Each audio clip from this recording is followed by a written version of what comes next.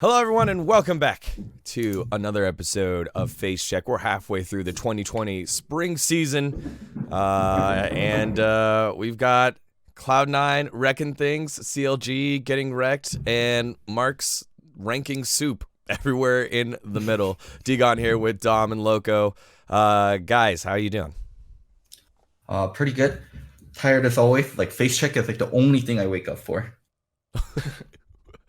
I've been good. I've been enjoying the co-streams. I mean, at least the thing about LCS, man, is even if it's not quality play, it's always entertaining to watch. So I always enjoy doing the co-streams, regardless of how monkey the teams can get. Yeah, I saw your guys' was it your Twitch chats ranking? Or was it predictions? It's better than all the analysts. My Twitch chat has better predictions than every analyst that Riot hires. There it is. Twitch chat. It says something about Riot's broadcasting team when the viewers that watch me can learn more in fucking like 3 weeks of doing predictions than the whole broadcast team when they talk to each other. Hive mind. That says something about Riot, man. That's all I'm saying. I mean, some of those guys are, sometimes it's Kobe that's up there guessing, Prolly's up there putting his predictions, Crumbs as well. Who's the constant? Is there just constant? Is it just Mark? Is there Prolly. Constant? Prolly is always doing it. All right. Yep. So it's those guys that are. My Twitch chat just big brain as fuck. Let's be real. I'm trying to think between like the deaf people, like who I would like trust the most with analysis, like Mark, Prolly. It'd be Mark. Crumbs. I mean, I'd probably say Prolly, but I would say Prolly too. Yeah, I think Prolly would probably be the best at analysis, but I don't think predictions are necessarily like about analysis all the time, because I feel like also predictions just like you have to be able to just. Well, I feel like a lot of the way that they do predictions is they like tilt, so they're like fuck, like I'm like 50%. Yeah, I gotta catch up. Like let's start going for some crazy predictions, and it's like no, just say what you think every time, and then you'll probably have better predictions. They predict before the draft. No, my chat and myself, we all predict before the draft as well. So that's not a. Do post draft? I'm not sure how much easier post draft makes it. It's barely easier. Like my post, I can bring up my. Nope, we lost him already. Yeah. But I mean, regarding like the whole who's the best analyst part, I think for people like Mark, I'm not saying he's a bad analyst, but he gets better as like an entertainer more so than an analyst. And someone like Prolly, who just came straight from coaching, like his analysis should be like high as possible. Yeah, my post pick ban is barely better at all. I think my camera's bugged. Maybe do I have to turn it off and on? No, you look. No, you're good. You were just. Okay. Well, I don't know. I mean, I just have like spectrum. Yeah, I literally just have to fucking move because of this shit. It's so fucking annoying. It's crazy. But yeah, like my post pick ban is barely better. So I'm 25-15 pre pick ban, and post pick ban I'm 26-14, because there's so many drafts where like I feel like in NA it's kind of just the better team wins. So a lot of times after the draft they'll be like, oh, this team has a way better draft. But a lot of the teams that draft like way better things, they can't actually like execute the comps. So like I don't know. It's really like a clusterfuck. Like in EU, I feel like post draft matters a lot because their macro is just like all much higher across all teams. It's always better. Like that's just how it is. Like they're so much smarter about like lane swaps, reswaps. It just looks like the game is like synced up there. It's like, oh, everyone just knows what's gonna happen in the game, And maybe somebody makes an outplay here or there, but everyone like makes the intelligent rotation. It's like, okay, they swap for Herald and they swap back as soon as they get the Herald and they secure it. Like they're all doing the same things, whereas in NA, it's just like random people do random things. It's like, okay, like I guess Hooney's playing Pantheon top, going Stone Plate second item, and he's down like 70 CS. Like, all right, I guess this draft doesn't matter anymore. Yeah, it sounds like we had one of those games earlier this week with Golden Guardians. Just kind of Keith turned back into bad Keith. We were praising Keith too much. Turned back to bad Keith. It didn't matter what kind of drafts was happening. Golden Guardians were giving that one away, and we'll get. I don't know. It was surprising though. Like I thought that when I saw Keith on Yuumi, I'm like, perfect. He's not going to be able to get caught with this champion. Dude, but like he was able to somehow do it. So I mean, I was impressed, to be honest. Like I didn't think that was possible.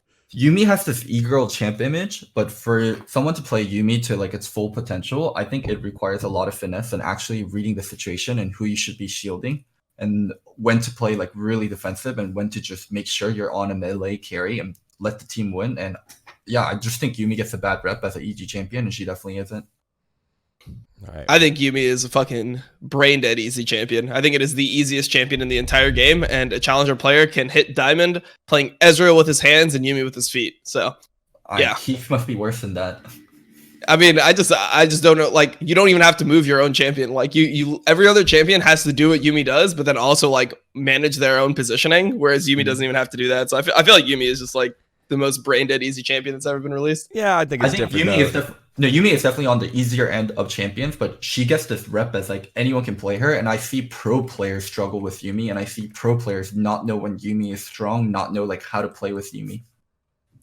Maybe. I think it's just different because he's playing with a lower rated AD carry in FBI. But speaking of ratings, we're going to rate the top laners later on in the episode as well, so make sure you stick around for our first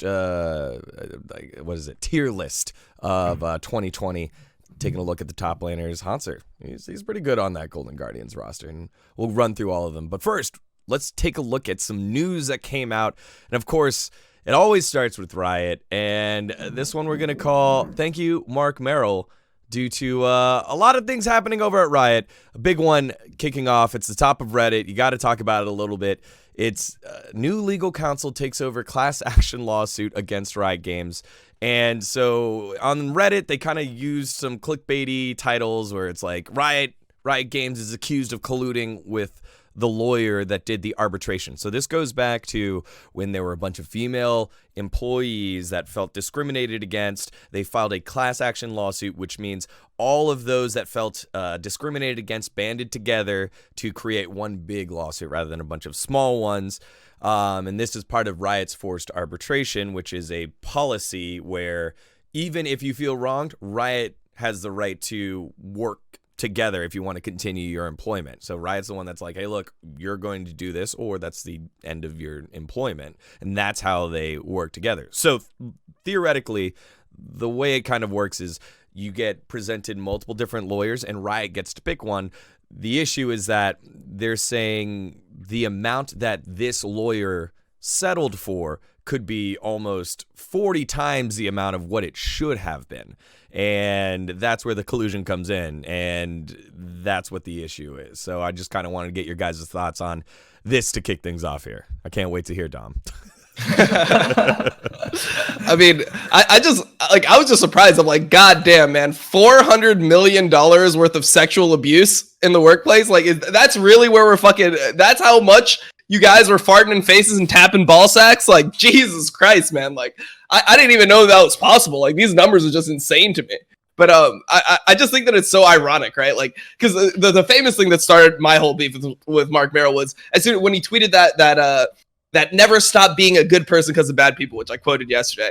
Because I thought it was so ironic that the second that they started like settling and they started getting less heat on the sexism lawsuit, he immediately went to like, yeah, like we're just good people and we're never gonna stop being good people because of the bad people in the world. And then this motherfucker is just like paying off lawyers and shit on the side. It's like, come on, man. Like you don't find any irony in this. This isn't funny to anyone else except for me, man. Like, Jesus Christ. I'm actually gonna go another direction, and I'm gonna be a little bit of a Riot defender. So I was talking to a friend that worked at Riot and a lot of other companies, a lot of other game development companies, a lot of esport companies, a lot of companies just in tech.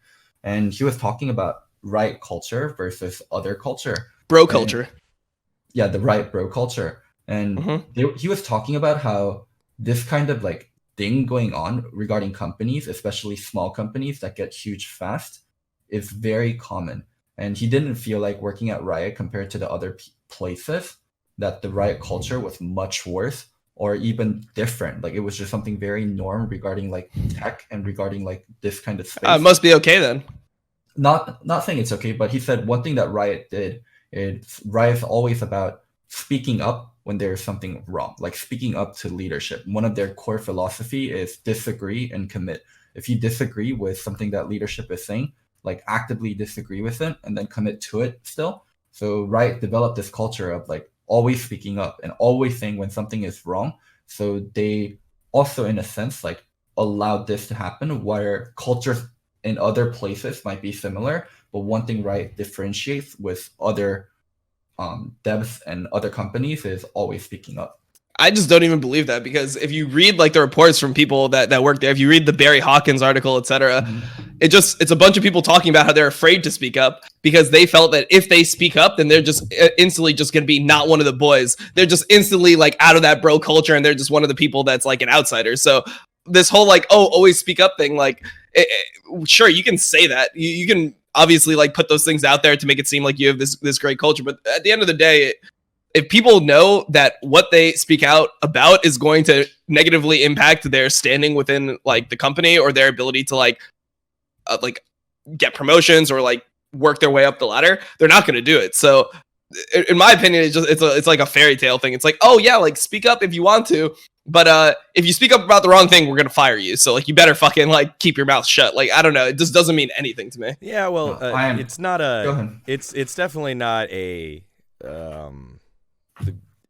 what Loco said is right. You know, you were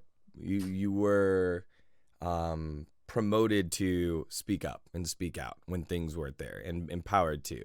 I don't think I ever got to the level of where Barry Hawkins was, where he felt like, hey, these higher ups will just go ahead and crush you if you do.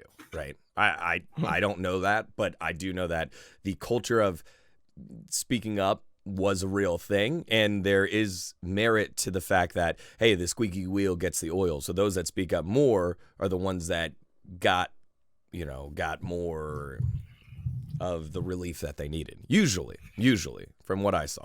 So what does it mean? Is it like Riot couldn't do anything? Every company is sexist. Every company deals with this. It's just Riot's unlucky that they're getting like the lawsuit. Like I just don't. I feel like there is something unique about Riot, because obviously there's like other companies that aren't getting these like $400 million like sexism lawsuits. Like Blizzard, you don't see this from. And that company's been around forever. Obviously, there's been issues within Blizzard, but it's like this is probably the most substantial like lawsuit of this caliber in esports. Yeah. So, or like in gaming, I guess. So.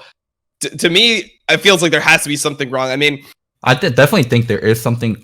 I think from my perspective, like knowing Riot for 10 years and also knowing people within the company, like talking to them and seeing it grow, like initially Riot was like very, very much what you're saying. Like the bro culture was extremely strong when it's like 100 people, and then the leaders are very bro culture, right? And then the leaders say that, and then they teach that, and it expands with it. Then like that part is going to stay. But I think at this point where Riot is like 2,500 people, like 3,000 people just at the LA campus, like I don't believe that to be the primary culture. I believe that to be the primary culture maybe within the esport part of Riot. But as I meet more Rioters and as I learn more about Rioters, like is this a problem within Riot? Definitely yes. Is it a problem within every single department of Riot? Probably not. I mean, maybe not every single department, but to me that doesn't matter. There's still a huge like problem with the culture within a company when there are rape jokes baked into the fucking the speeches that they're giving, right? They're doing the whole like no doesn't really mean no, and it's like haha, like got raped, like it's like oh just kidding, like stupid. That was full yeah, stupid.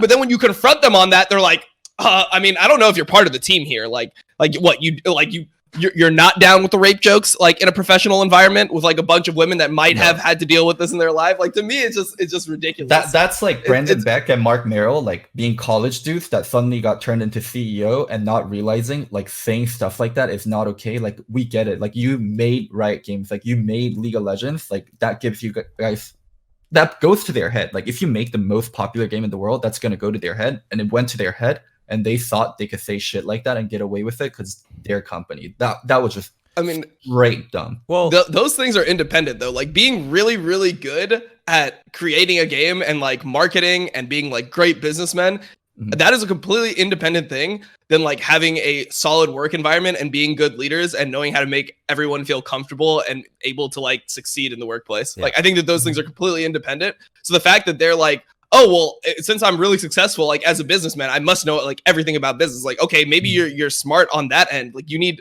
somebody else to help develop rules within the company, or somebody to step up and be like, hey, this like, let's stop grabbing each other's nuts at work. Like maybe we can save the nut grabbing to like when we go home, like later, and we fucking like go chill with the boys, and you know we have a nut grabbing party like in our fucking living room while playing Mario Party. Like I don't know. Like I feel like there's a time and place for everything.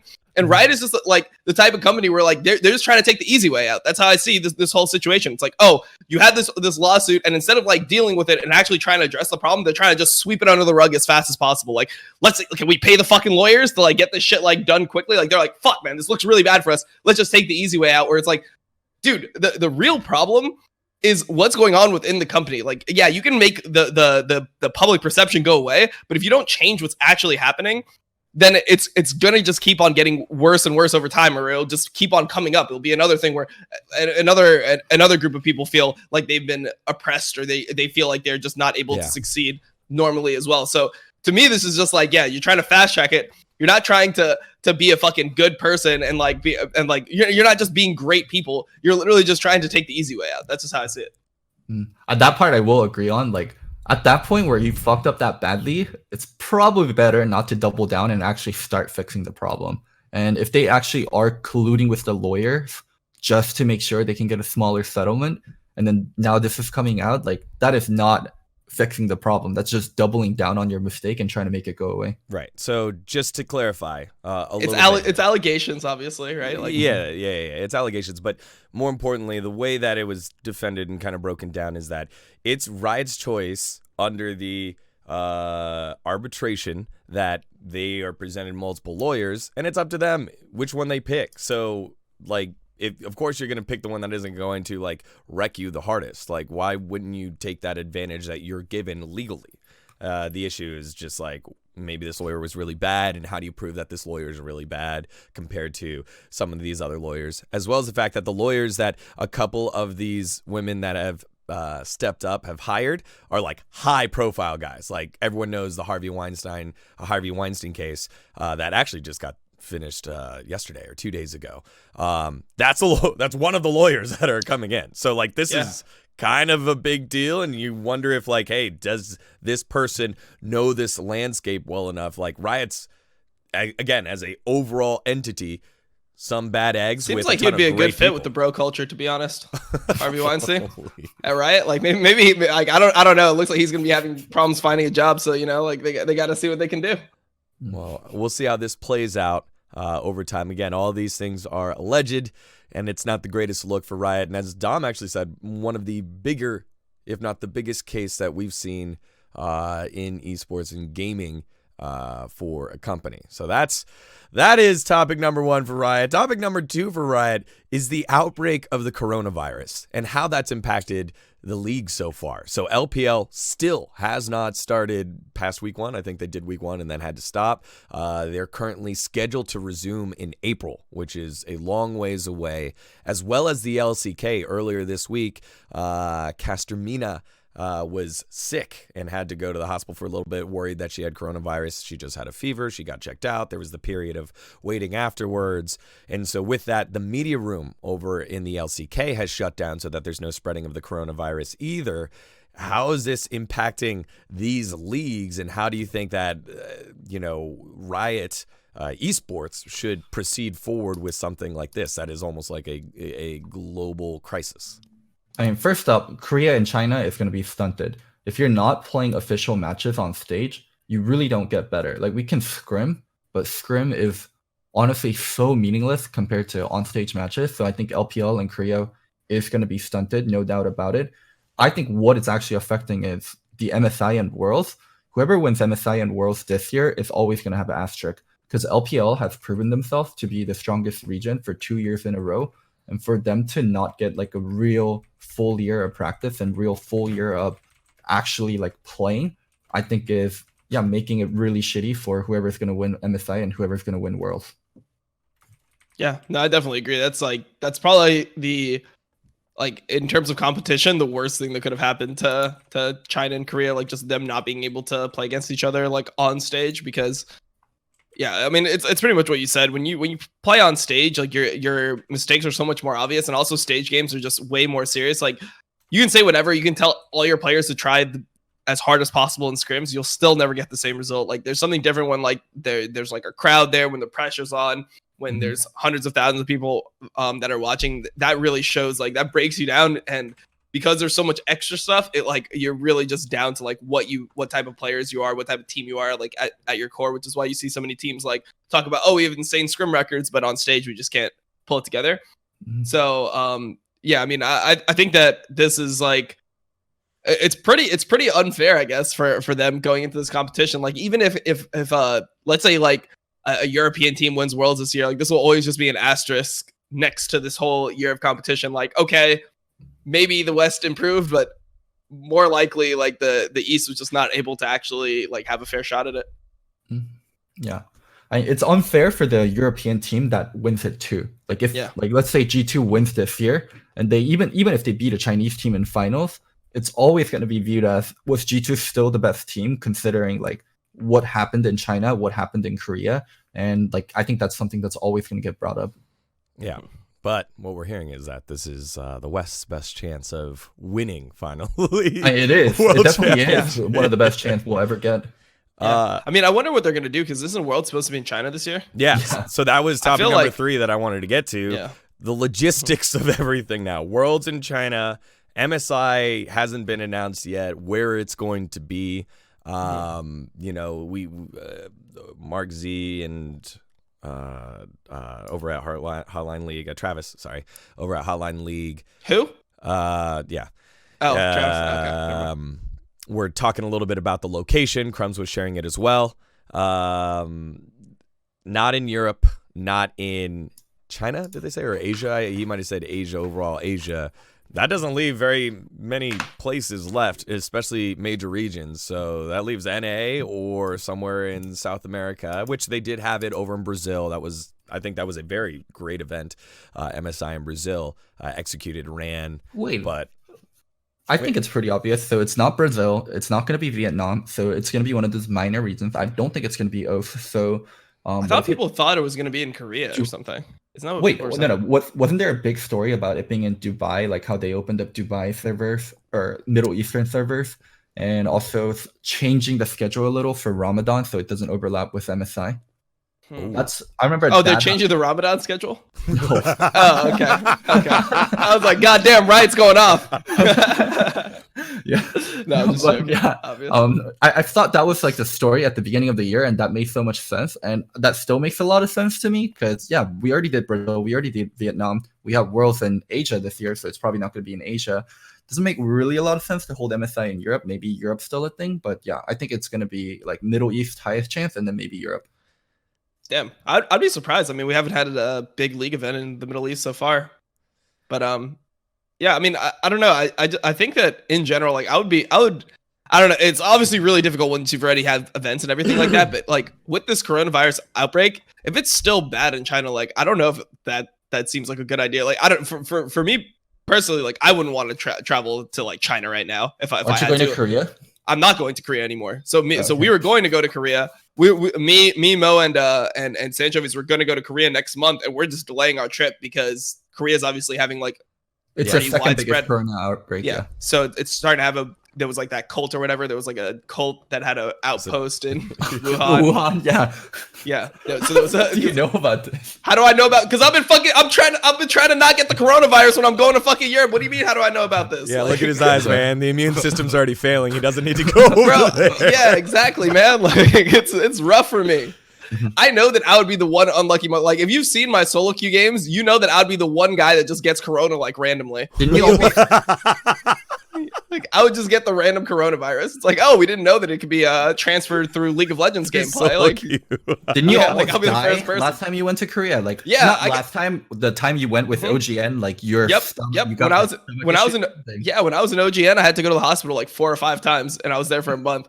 Like, I'm telling you, if I go to Korea right now, I'm getting corona 100%. Like, I'm not even gonna wear a mask. It's already fucking doomed. Like, so I don't know. Like, I think that they should probably reconsider like hosting it in a country like that has so many cases. Like, it seems so bad right now in China, right? Like, if you look at like the map of like the corona outbreak, it's what, up to 75,000 confirmed cases or something. Like, I don't know.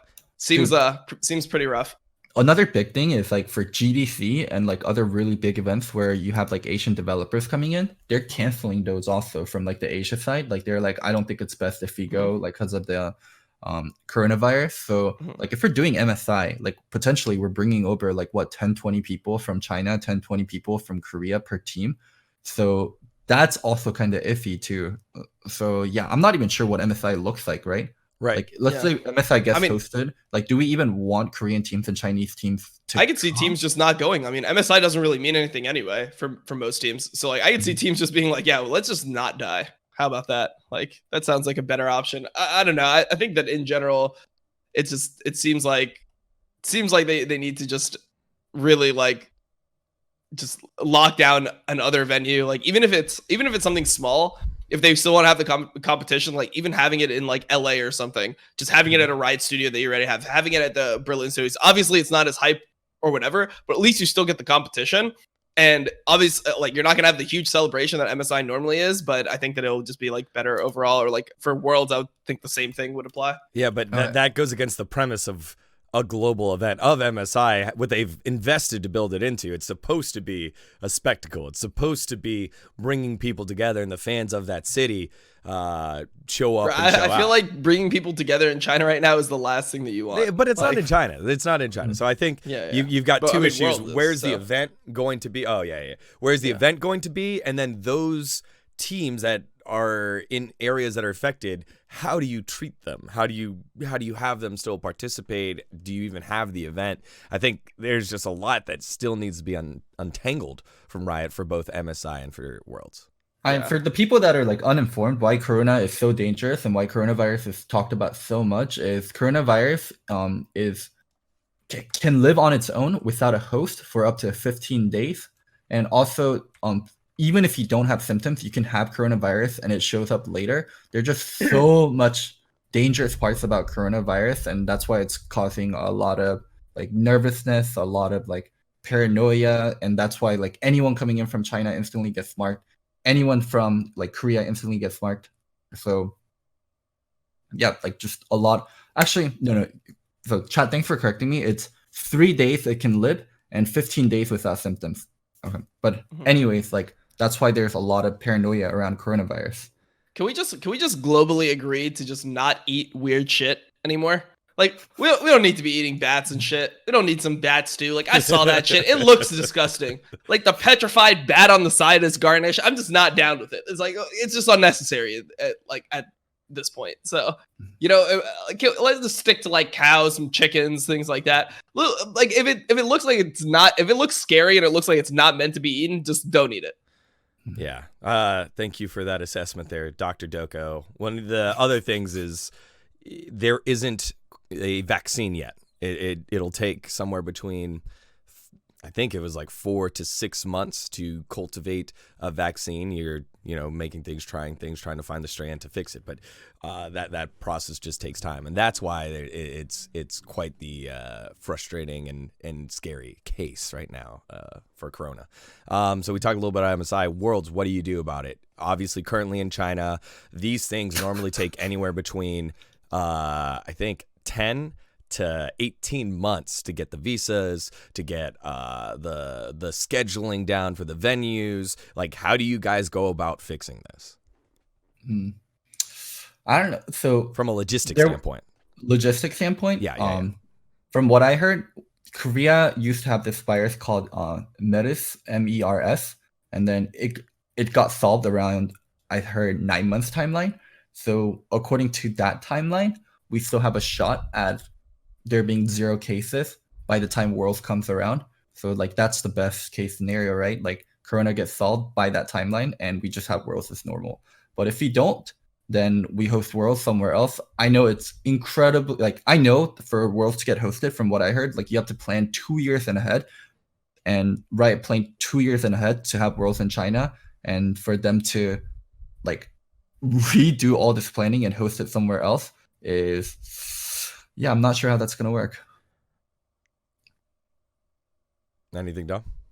No, I don't have anything. Like I just feel like you have to play it by ear. You have to just be like current and just stay up to date with like, I mean, if it keeps on getting worse like this, right? Like I can't see a world where you can have the event in China. Like if it's at the same level, or it keeps on going at like the same like level of progression where you're just getting more and more cases. Like if you've seen the fucking graphs of like increased cases. It's just going like up and up and up and up and up and up to the right. So like, I just think that you need to just monitor it and just be willing to like sack money for safety.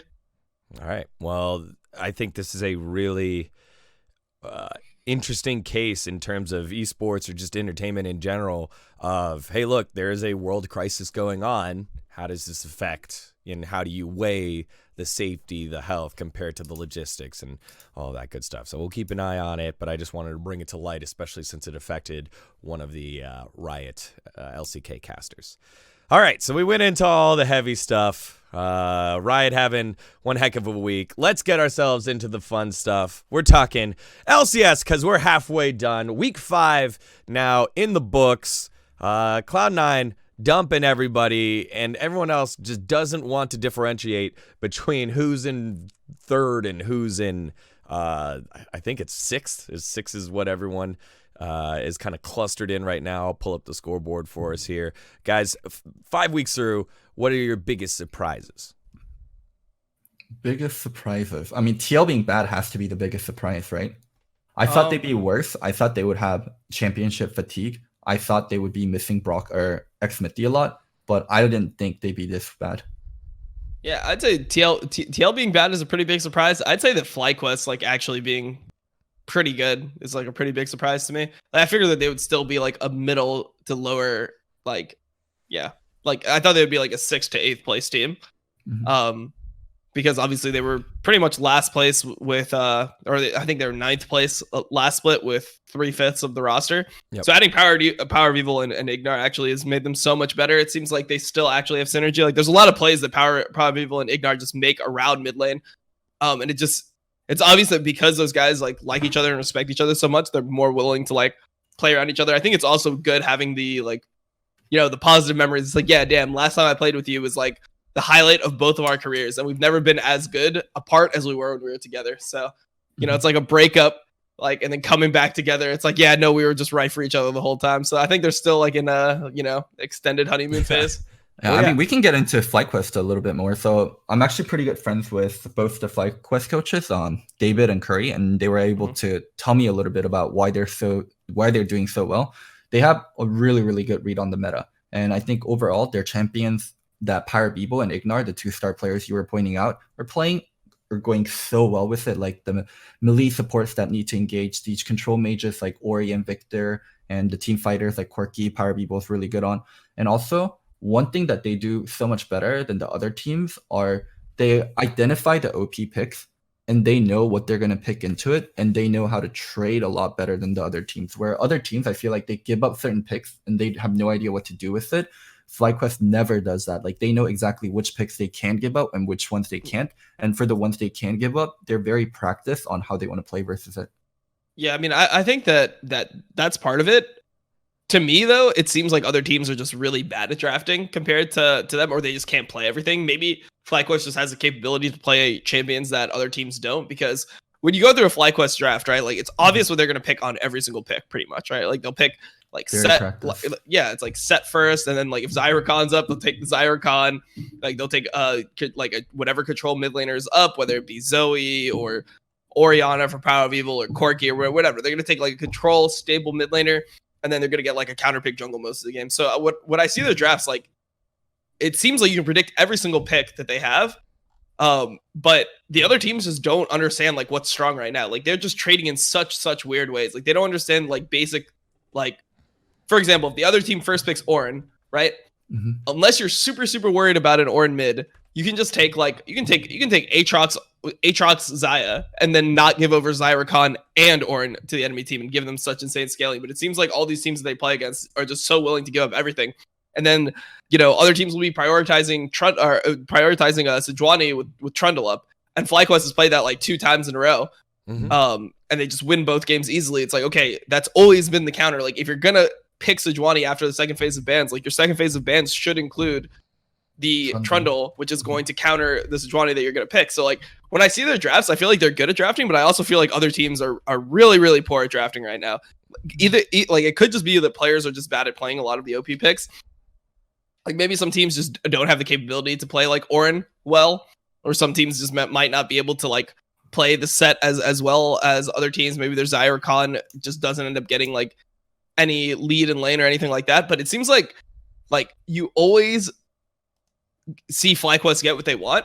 And I just want to see some teams like switch it up on FlyQuest. Like make FlyQuest play the lanes that don't fit their team style very well, right? So for example, if you have like let's say the Phelios MF get banned, which we've seen a couple times, make FlyQuest play things like Varus Tom Kench, where Ignar, it's like, okay, that's a really fucking strong lane, right? Zyra Khan versus Varus Tom Kench, it can go either way. Normally the Varus Tom Kench wins a little bit in CS in lane, but then at least you don't have Ignar on a playmaking engaged support, which is one of the strengths of FlyQuest. So like, I don't feel like people are drafting around what FlyQuest is good at. They just give them everything. It's like, no, we'll play the Varus Tom Kench. You take the Zyra Khan. And then it's like, okay, well now you have your jungle counter picked. You have Ignar on a playmaking support. Viper gets a top laner that he's very, very comfortable on, and Power of Evil just gets counter picked. Like, I just never like these drafts.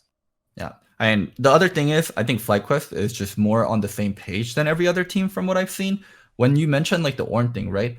Most coaches know it's so fucking dumb to give over Ornn. Like Ornn scaling is insane. Ornn's so easy to play. Ornn gives you engaged. Like it gives you everything you want in a champion, especially in North America.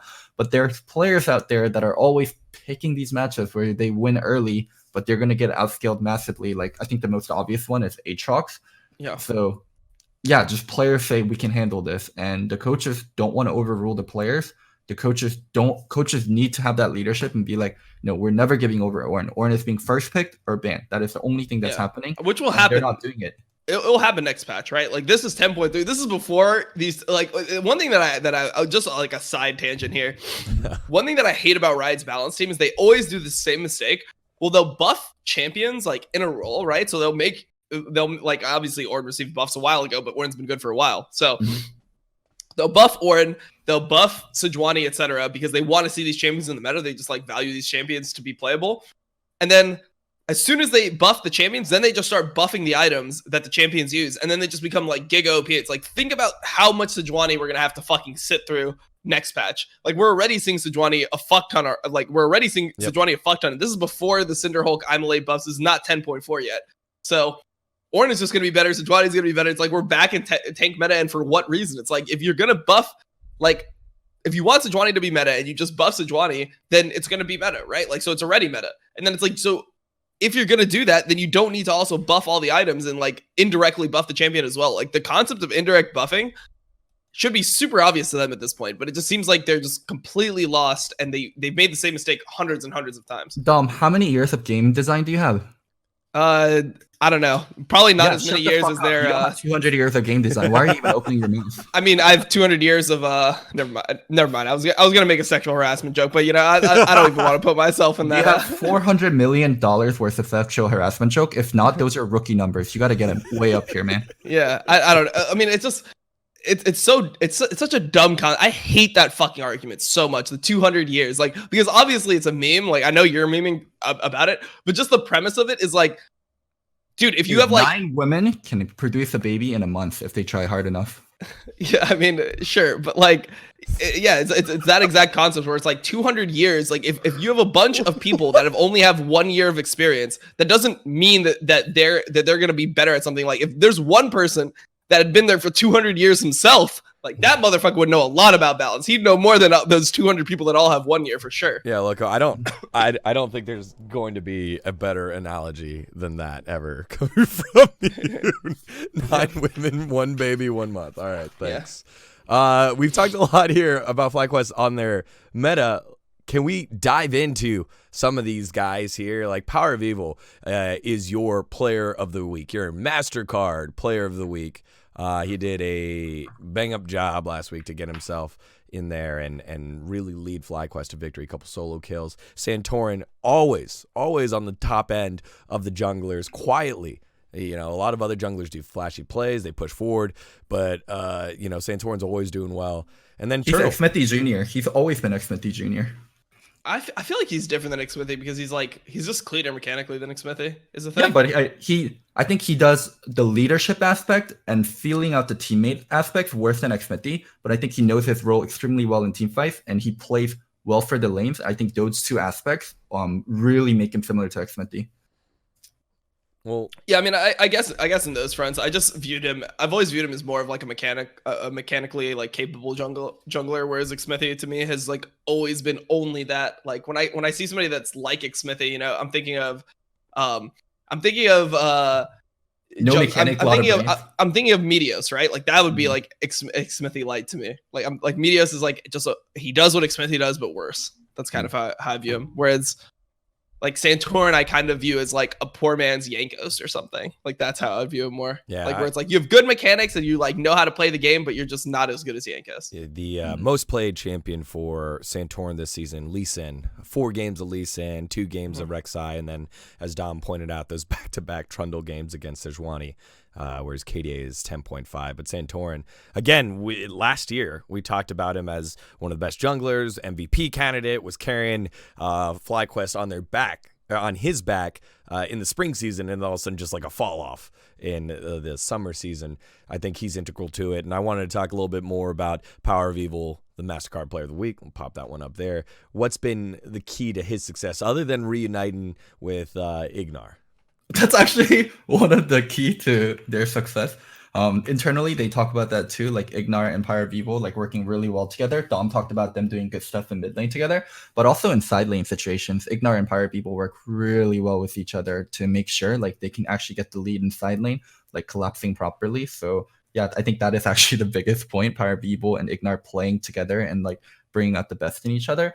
And also the meta is really good for Power of Evil. I was going to say that. We've seen melee carry meta. Power of Evil does not look the greatest in it, but right now it isn't that meta. It's just pure, almost range, like control mages, team fighters, and he's flourishing really well in it. Yeah, I think that's always been his biggest strength, and it seems like he's always also better when he like gets draft resource. Like he's somebody who wants the counter pick. Like give him his Victor when he wants it, give him his Orianna when he wants it, give him Corki when he wants it.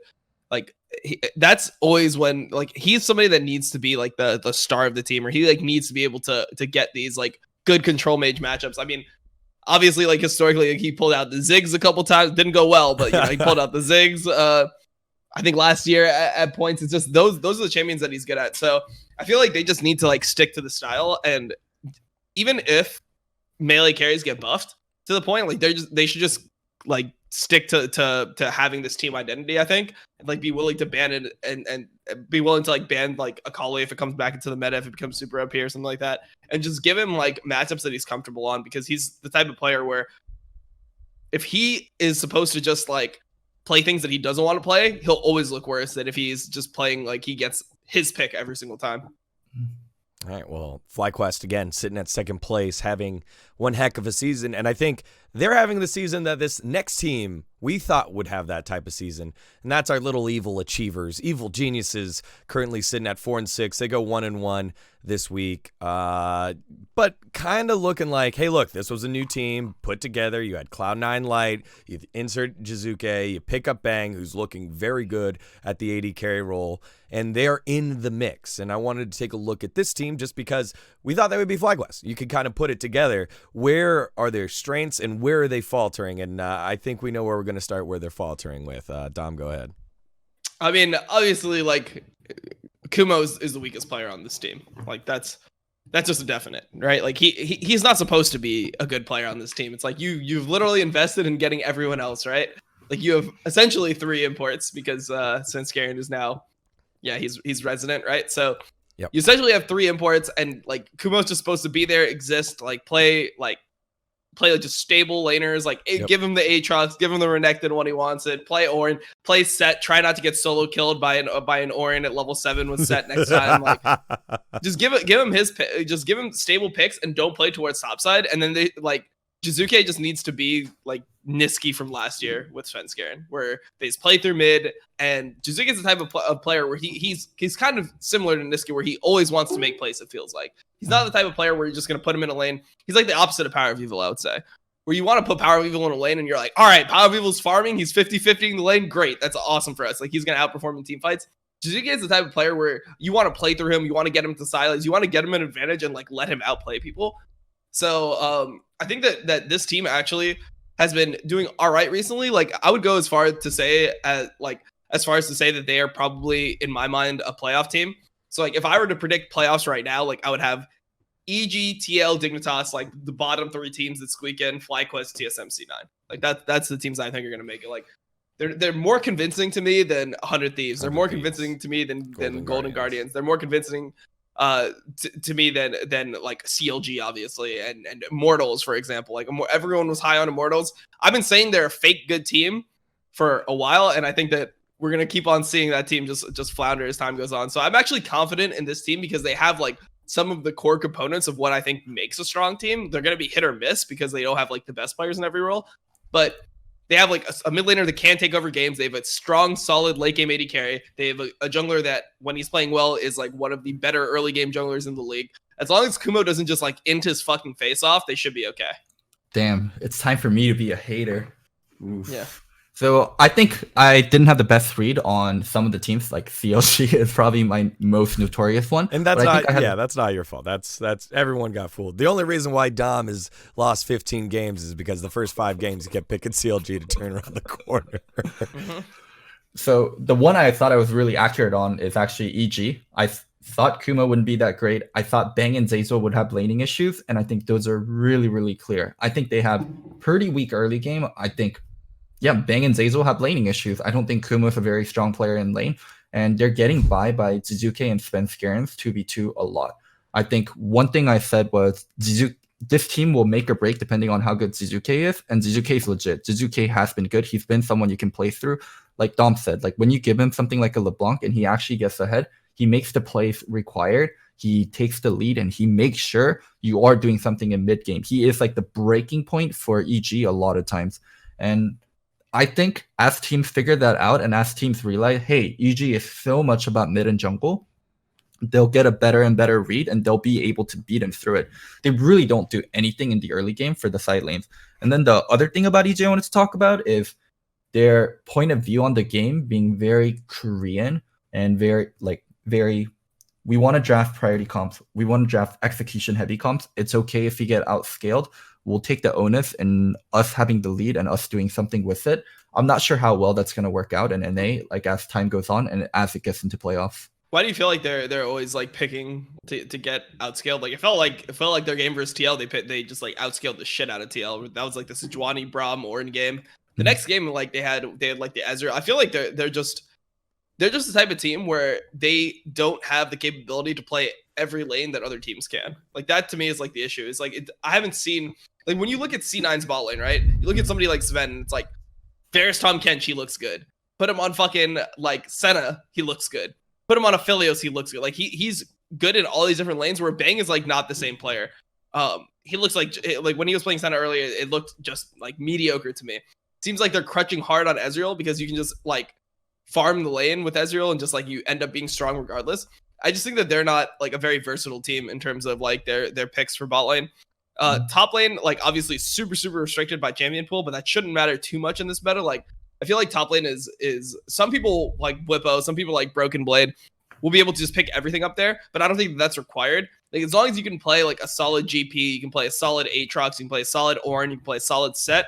Normally you can get one of those 4 champions in like the top 3 picks and like your first 3 picks, and you can just be fine there. So I don't really think that Kumo like needs to really do more right now, at least. But I just want to see like more aggressive picks from Sunscare. Like whenever they draft like team comps where it's like they don't have the ability to kill mid, like yesterday when they picked LeBlanc Sejuani. It's a game last week, I think, where they picked Jarvan Rumble into C9, where it's like, okay, so they're picking for like team fight stuff like that. I feel like that's just not a win condition for them. Like I don't think they're a good enough team to pull that off. So I just want to see them draft more like Rek'Sai LeBlanc, Lee Sin LeBlanc, Lee Sin Syndra. Like that's the type of stuff I want to see. Yeah, that's my thing though. That makes them very execution heavy, and that makes them very easily to get outscaled. Like when I think EG, the 2 champions that comes to my mind the most are LeBlanc and Ezreal. Those are the ones they draft the most, and those are the ones they play around the most. Like they do some Zoe, Ezreal, but yeah, they do a lot of things with LeBlanc. Like, and as you said, they draft such weird things with it. Like in the TSM game, they're picking Sejuani as their final pick when they have LeBlanc into a Syndra. She's just gonna run cleanse and never really get ganked. So yeah, I thought that was a bad pick. I think that there you just take the Rek'Sai because Rek'Sai is good versus Lee Sin, and then Rek'Sai LeBlanc could kill Syndra actually. So I think that's a bad pick.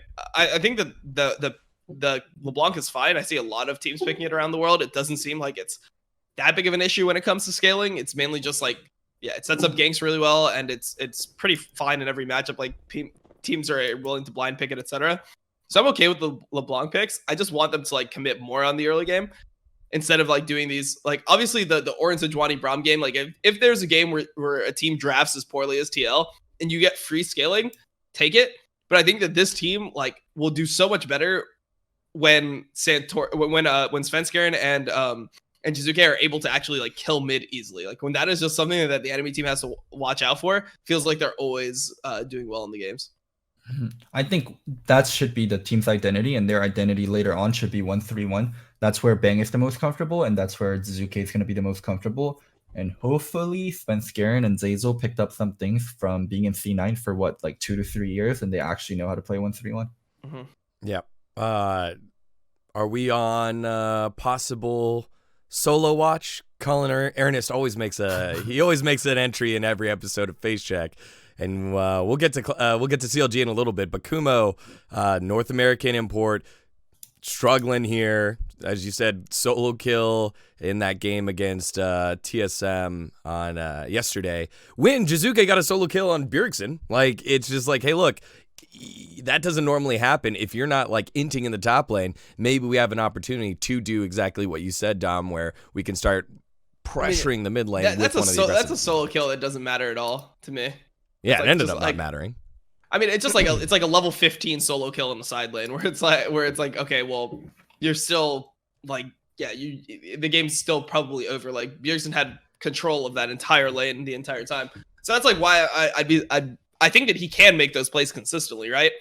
But I think they just need to be willing to like set that up more in draft where it's like, hey, we're just gonna give like, because that solo kill relies on Bjergsen face checking a brush. If Jizuke is actually ahead, he can really exploit the side lane, and that's what Jizuke I think is really good at, is playing like side lane. Like he was always good at Rise, he was always good at like Echo, things like that, where he could just sit in the side lane and just like outplay people consistently. Like there's when he was going God mode like 2018 spring. It was all about like him just like 1v2ing, 1v3ing with other people helping him in the side lane. So I think that's just what I want to see more of. Like just get him ahead, because he's the person that's going to be like aggressive. Like Kumo's not going to be a win condition in the side lane. Bang is not like an aggressive AD carry. Like I don't care what people think about him, because he was, he obviously did well in Korea. He's not somebody who just like looks for solo kills in lane and is like lane dominant. He just kind of like farms and then shows up later in team fight. Base, and if you give Bang an opportunity to do something, then he'll do it, but you need to do everything to really set it up, and then Bang looks good. That's why he looked really good on SKT, and he doesn't look good on 100 Thieves. And same kind of thing with EG. When Jizuke and Svenskeren is setting up everything, and Bang just has to come in and do just his part, then he's fine. But he's not someone that builds his own leads or creates his own opportunities. He needs everything set up for him. Yeah, that was a poor example for me, Dom. Thanks for correcting. Do you see this team getting better if they make a move here, and you just think about solo on a time? I'll actually talk on the solo part, because we have a solo hater, so I feel like I need to defend him a bit. Solo works his ass off, even in like off season. So one thing that solo does that I see like none of the players really doing is solo doesn't drink during like regular season. Like I'll go out with, no, I'm not even joking. We'll go to bars, like we'll go out and we'll go chill, and he will not drink a drop of alcohol. He says it's regular season, I won't drink. He puts in the games required in solo queue. For some reason, he just can't like shut the fuck up in solo queue. Like he's a good teammate when you're on a team with him. Like talk to the clutch people, talk to the Echo Fox people. I mean, talk to me. When he's actually your teammate, like he's a positive part of your team, but he just can't shut the fuck up in solo queue. I don't know why. Maybe it's immaturity. Maybe it's something from childhood, but he is actually a good person. He just, has a terrible habit of fucking typing. Yeah, no, I mean, I think that's good. And I could see a lot of teams benefiting from that. Like, if you compare that to CLG, where Ruin is playing the majority of his games drunk on stage, like, I think that having somebody sober could actually help you in that environment. So, I mean, I'm down to see him take one of the spots of some of the worst top laners here. All right, well, I think we've talked EG to death here. Expect to see more out of Sven, get back to the MVP form, working with his aggressive jungler, and as you said, recreating the type of synergy he had with Niski. But let's talk about some CLG. They're not afraid to make a move. They brought back POB Pobelter from the retirement house. Get all the imports out of there, TL. please. Dude, the graphics are so nice. And so TL coming on it, or TL thankfully selling him on over. Another quick $200,000, $300,000, $500,000 back in Team Liquid's pockets so that they can pay Brox's salary. 200 IQ move, still finish 0-2. But what do we think of Pobe's debut weekend back here for CLG? I think Pobe just played Azir twice, and he did what he does, and Pope's a good teammate, and he's very plug and play. He's not someone that requires a lot of resource. He plays pretty much everything, but he's not solving CLG problems. CLG problems are so much fucking bigger. So I do think he did better than Crown, but it really doesn't mean much. And yeah, we can talk about the bigger CLG problem as a whole.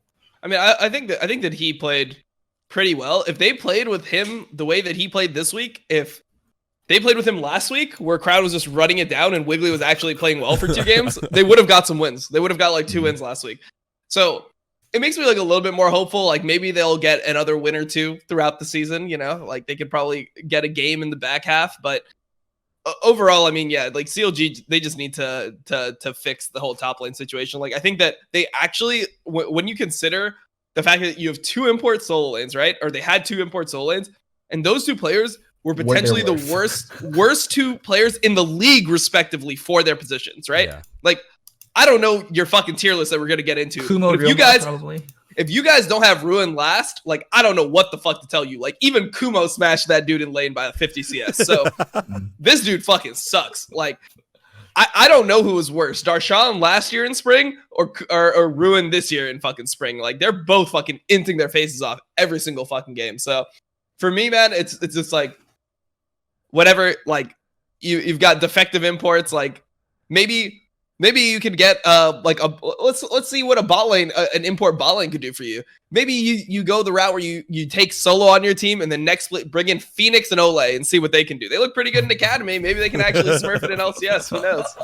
I love how this show has turned into me and Dom just like pushing for our friends to get a job. Dom, I know for a fact Dom likes Phoenix and I'm friends with Solo. We're like, yeah, Ruin and Kumo, they don't look very good. Solo would look great here. Well, I mean, it's also like it's also an import slot. Phoenix, why don't you come on right in? The truth of the matter is, like, I just like Phoenix is my friend, etc. But he's also just good, and if he wasn't good, he probably wouldn't be as much of my friends as like good of a friend of mine. You know, like I can't have some shit fucking friends inting in LCS. So I respect like how he's been playing. I think he's been putting in the grind too. Like when I see a player like that, it looks like Phoenix is hungry right now, right? There's times where he was just like kind of like whatever in LCS. But right now, he's grinding the fuck out of solo queue. He's been like top 10 the whole season on a new role. He's performing. Like, obviously, he has some bad deaths because he's like a new AD carry. But it seems like he just wants to prove himself that he is like a strong player still. So I want to see some hunger, you know? Like, I even got to see it from Pobelter. Like, even though Pobelter, people will be like, oh, his KDA was like 1, 9, and 8. It's like, yeah, well, when you're getting fucking dicked by C9 and LCS, you're not going to have a good KDA. Like, that shit doesn't matter to me. Mm-hmm. I just want to see like somebody go in there and like try something. At least fucking Pobelter is like getting the Shurima shuffle onto like 3-4 members. Even if they're losing the team fight, he's going for a fucking play, which is the opposite of Crown, who like even when handed a solo kill on a fucking silver platter from Ica, he's still not taking. He's like, oh, okay, I'm afraid to flash into a turret and take 1 turret shot to get this free kill that will win me the game, dude. I want to see some aggression, and I feel like you get some players in there that are like hungry, that want to prove themselves. Tell me that lineup's not going to perform better. Solo, Wiggly, Pobelter, Phoenix, Ole. You're going to tell me that lineup is not... Dude, fuck it. Take a Cadian too. Kick Wiggly and just get all of Dig Academy. Like, I just want to see like some players that want to fucking win in LCS. Sorry, Sam. Left out again for solo. No, I actually replace my solo again. Solo again. No. I actually went on stream yesterday when I was doing my co-stream. People can attest to this, and I said that I think like obviously Sam has had some bad LCS performances, but I believe that he's a better top laner than Kumo and Ruin for sure. So I definitely could if they took Lorlo over solo. I'm completely okay with that too. Either of those players, dude. Anyone but fucking Ruin. Please, man. Please. Anyone but Ruin. Let's talk about like what Dom said regarding aggression. I actually think that's great because I think that is CLG's problem. I think CLG is so fucking passive. I think when you play versus a team, there should be times where you're uncomfortable. Oh shit, they're scaling on us. Oh shit, their mid and jungle 2v2 is really fucking strong. They're solo killing our mid. Oh, they're playing through bot a lot. Like, they're trying to dive us. CLG does not make teams uncomfortable. They play by the book, and they don't really do anything well. Like, Ruin keeps picking, like, counter picks that are supposed to split push, but they don't split push well. He doesn't flank well with Aatrox, so they have a side laner that doesn't side lane. Well. They can't win team fights because their side lane, they have a side lane champion, not a team fight champion. Like Stixay, it hasn't really been a monster in team fights or lane. He's just there. The only thing I ask out of Stixay right now is don't get caught out, and that's fucking sad. Like, this guy is someone that won LCS. This guy was supposed to be the second coming of Doublelift, and now all we're asking out of him is like, don't die in a lane. Like, I think Wiggly and Smoothie are the only people that ever make anyone uncomfortable on CLG. Smoothie with his engage, Wiggly with his early game pressure, but playing versus CLG must feel so fucking comfortable. They're not going to outscale us. They're not going to do anything in the early game. This team doesn't have an identity. They literally just don't do anything. Just I think it's because of something, and you're better. I think it's because of the feedback that they've gotten from the games, right? So like in the game, so the best game I've seen Wiggly play this entire split was the Trundle game where he played into Closer versus Golden Guardians week 4. So in that game, right, like if you just remember the pacing of the game, Wiggly like level 2 red ganked mid, blew a flash, then went top, like counter ganked, got a kill, went top again, counter ganked again, they got another kill. Like, he was doing stuff, but like when one player is going hard, another player is just inting it to the next fucking like level where it's like, okay, we're countering all your fucking aggression by just like hard inting. So they never get like the positive feedback where it's like, yeah, I should play like that. To Wiggly, it's probably like, fuck, I mean, I tried to play only for lanes in early game and it just didn't work out. So like, I don't even know what to fucking do anymore. Like, it's the type of situation where you just need like solid enough players that are willing to play aggressive with you. Like, there needs to be just like, okay, this dude is playing well. Like, in the game, somebody needs to be able to identify like who's fucking playing well on their team, who's taking over, and like who they should play through. So if Wiggly's having a good game and he's popping off and he's on a counter pick, like, yeah, just let him fucking snowball the game through dragons, heralds, things like that. Like, let's win the game through jungle. They just don't do that. It's like, it was like there was some secret pact where it was like, oh, Wiggly's doing well, and then Crown's like, I am fucking running it now. Fuck this NA fuck. And then he just runs straight down mid lane and dies 3 times. Like, I don't know why they have to just please, just whoever's doing well, everyone else just chill and let that person carry. But that is like a big thing too. But when you don't have someone that's consistently doing well, it's hard to develop like a play style. When we talked about EG, it's very clear that they have to play towards mid lane and leave the side lanes alone, because just due to how their player styles and player skill level is. Right now, when I look at CLG, I'm like, who do I even fucking play through? Like, we got Pobelter, but no, but that's what I'm saying. Like, in the game, identify who's actually playing well. Like, fuck all the practice, whatever. Like, when you're on stage, you have to have some level of trust in your teammates. Like, the best teams that I was ever on were teams where it felt like we had the trust where whoever was doing well, that person could, like, we would all believe that they could carry a game. Anyone could carry a game at any point. So just in the game, you're identifying, like, who is a good matchup, like, who's popping off, like, who's getting advantages, who blew flashes, whatever, and just win through that condition. Like, just have the confidence in your teammates that, yeah, like, if, let's say Ruin somehow, by some, like, act of God, wins a lane, right? Play through Ruin. Yeah, like, there needs to be a divine intervention for this motherfucker to win a lane at this point. Like, it's bad out here. But if he's doing well, fucking play through him for a game. Just see what happens, dude. Like the Kale game, for example, where he actually was getting a lead in lane. Yeah, I mean, they try to dive, whatever. Play around that win condition. Dude, but here's the thing, though. You talk about, like, building trust and making the right decision on stage. It is so hard to not practice playing through someone on stage and suddenly be able to do it. Like, they have to be doing that shit during practice. And CLG isn't a team where they can practice playing through 3 lanes. For me, my suggestion would be keep it fucking simple, dudes. Like, pick a player you're going to play through, like, practice that way and try to show it on stage, because I don't even fucking know what your practice looks like. So these are two different... These are just two different things, right? It's Loco wants the preparedness, Dom wants reading the situation, who's going to follow up. I mean, it's just, for me, it's like, okay, so if you're at that point where there's just no trust on your team and, like, it's just fucking, like, astro doomed, then fucking start replacing players, right? Like, you already replace Crown with Pobelter. Fuck it. What do you have to lose? You're 1-9. You're 1-9, bro. Just Replace the top laner, the bot laner, everyone. Replace the coaching staff. Replace every motherfucker in the organization until you have like some level of trust where it's like, hey, we might be 1-9, but it's not me that went 1-9. Like that's how Pobelter probably feels. Like he's just like, hey, those motherfuckers went 1-9. Crown's 1-9. I'm 0-2, but I had 2 hard games and like things were weighted against me. You know, like that's actually a really good way to build trust, and I think it happens with league teams a lot. Like you replace someone and then you just scapegoat the fuck out of them. It was all Dom's fault. Dom's why we lost. Without Dom, we're all gonna be good. And then you start being good, and then you get fourth in the spring split. You get fourth in the spring split. It's like, oh shit, maybe we were better with that motherfucker. You know, who knows?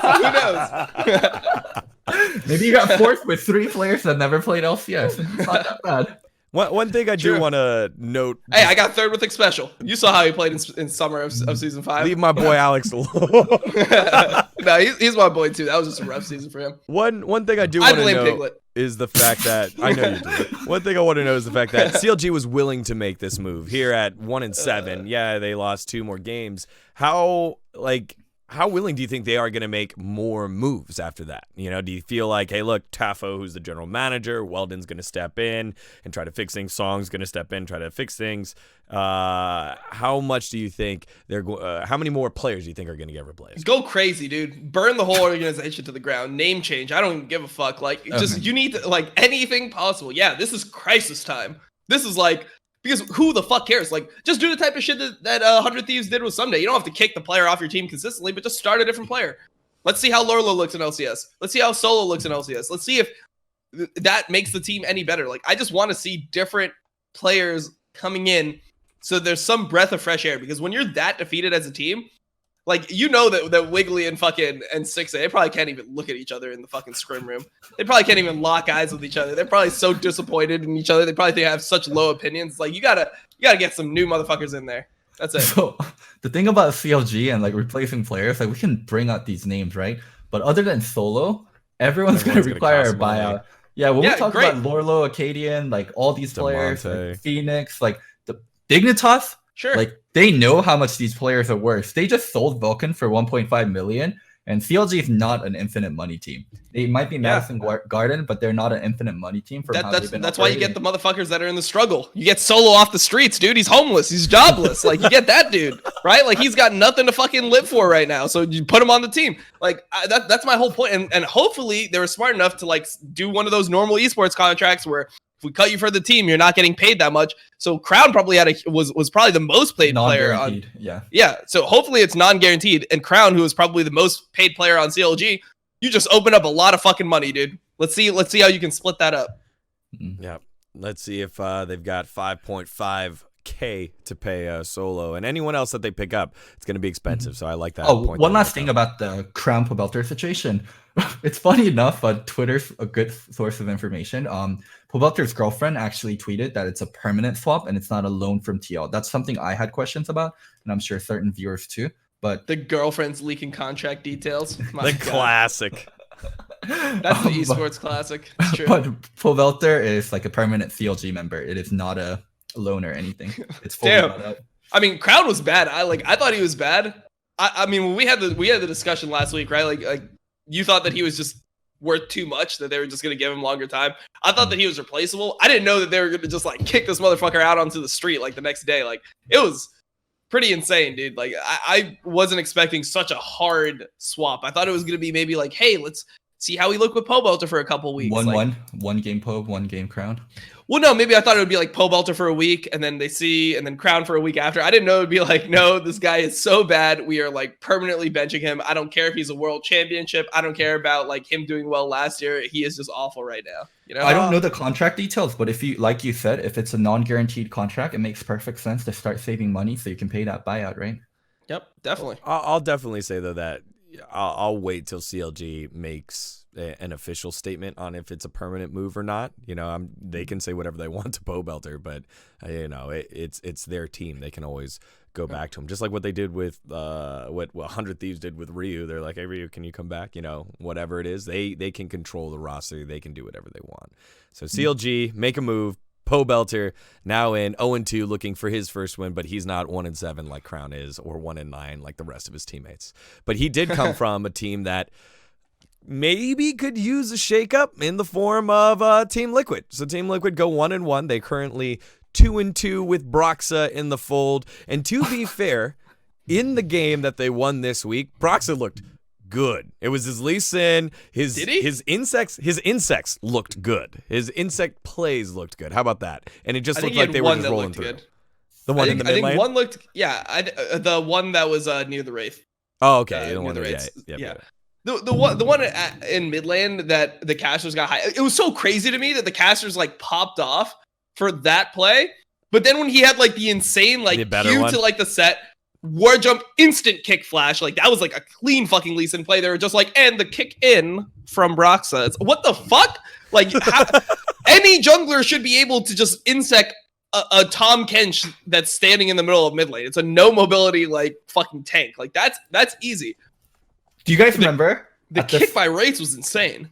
Do you guys remember like our first week of Facecheck for season 2, where I talked about, hey, Doublelift has a hot girlfriend. Hey, Doublelift won 4 times in a row already. Like he's not gonna be as motivated, and everyone just fucking shout on me. They're like, "Oh, you're the only one fucking obsessed about girls, Loco. Oh, you don't know what winning multiple championships is like. You don't have that same fucking hunger." Look at what fucking happened. Just fucking look, guys. Wait, didn't you win multiple championships? You won 2, right? I won 2, but like Double won like 7 or something. Like, but yeah, people were shitting on me for like calling out like, "Hey, Doublelift might not be as good this split." I was shitting on you for your crown call. What? But I fucking called it. I called it. Hot girlfriend, multiple championships, silk pajamas. It's hard to get up in the morning. I mean, it is what it is. I don't know if that's the problem. I don't know if it's just burnout. Like, I don't know how much of it could be just him not putting in the same amount of work, but it's just, I don't sense the hunger still, right? There's the only person that seems really hungry on that team still is JJ. There's 2 people. It's Core JJ and Jensen. Impact looks worse. Jensen's like spamming the fuck out of solo queues. 700 LP is the most games played on the team. Like he's grinding, right? Core JJ is grinding as well. And then Impact is just doesn't look like the same Impact. Like the thing about Impact was always his reliability, right? Like he was just stable. Yep. Any matchup, anything happens, he's always going to have an impact on the game. Now it's just like he's hit or miss. He has some awful games and he has some good games. It's not stable. And then also like, I think that Broxa is, I don't know. I think that was like a kind of weird game because if you're against a better team and he makes the mistake that he made in the Dragon Pit where he had flash, he had W, and he just gets Varus ulted in one shot. He killed himself and Core JJ, and somehow by some like miraculous set ulti, Impact was able to turn that with Jensen, and they get 3 kills there. Yep. That in games where like the enemy team is playing better, that's just an insta loss. If you make that play, you're tanking Dragon, you don't flash the Varus ult, you just die. So Broxton to me still looks shaky. It looks like he's not completely comfortable with his team. He had that one sick play by the race, which I'll give him credit for. But in general, I don't know if like he's looking as good as I expected. Like I thought he would be more plug and play than this. It seems like maybe he's like unsure of like how the team wants to play, so he's just kind of like trying to listen to other people rather than, you know, being like the leader or like the voice of the team. The thing is, he's playing Fnatic style for a team that isn't like Fnatic style. Like he's picking Elise and Lee, and rest of TL wants to like scale. Like the pieces don't fit together. When I have a Victor, I don't want an Elise. When I have an Elise, I don't want a Victor. And they just keep doing this thing where their draft isn't on the same page. Well, I never want an Elise. Like I don't know. I never want an Elise right now. I think this champion is so specific. Like the only thing that Elise is good at, is diving. Yeah, it's level 3 diving. Level 3 ganks and dives. It's diving, even like level 3 ganks. Like there's other champions that gank just as well or even better. Like Rek'Sai level 3 ganks, he can take better angles on things. Like I don't think a level 3 gank is so potent. It's just like the diving and de-aggroing turret. So like if you're gonna pick Elise, there's certain games where I want to see it, right? Where it's like, okay, you have a Pantheon top. Mm-hmm. You run an Elise or a Talia with a Pantheon top, you have insane fucking dive, and then you just play off that. Yeah. I'm down for stuff like that. It just seems like they just pick Elise when Sejuani is up for no reason. Or like they have options where like in the draft they can just ban Trundle and just pick Sejuani and then have a super stable team comp. And also like that one game. So I'm talking about the first game they played this week. I don't know if it was on Sunday or Saturday. Versus yeah. EG? So yeah. So the game against EG where they had Set and Braum, which is like fucking god mode for Sejuani, right? Like Sejuani Braum is just like a little combo that's always been super good. The Freljord combo. Yeah, it's such a good combo, right? Because Braum wants to auto attack and is melee. Wants to auto also. Yeah, so it's pretty much you just get stun locked for so long, right? Like if the Braum hits a Q and everyone flashes on the person, they're stunned from the Braum passive, they're stunned from the Sejuani E, the person just dies, right? Set is so good with Sejuani again because Set has like a double auto, right? And then a double auto reset where there's like almost no champion like that. Like there's other champions that are good, obviously.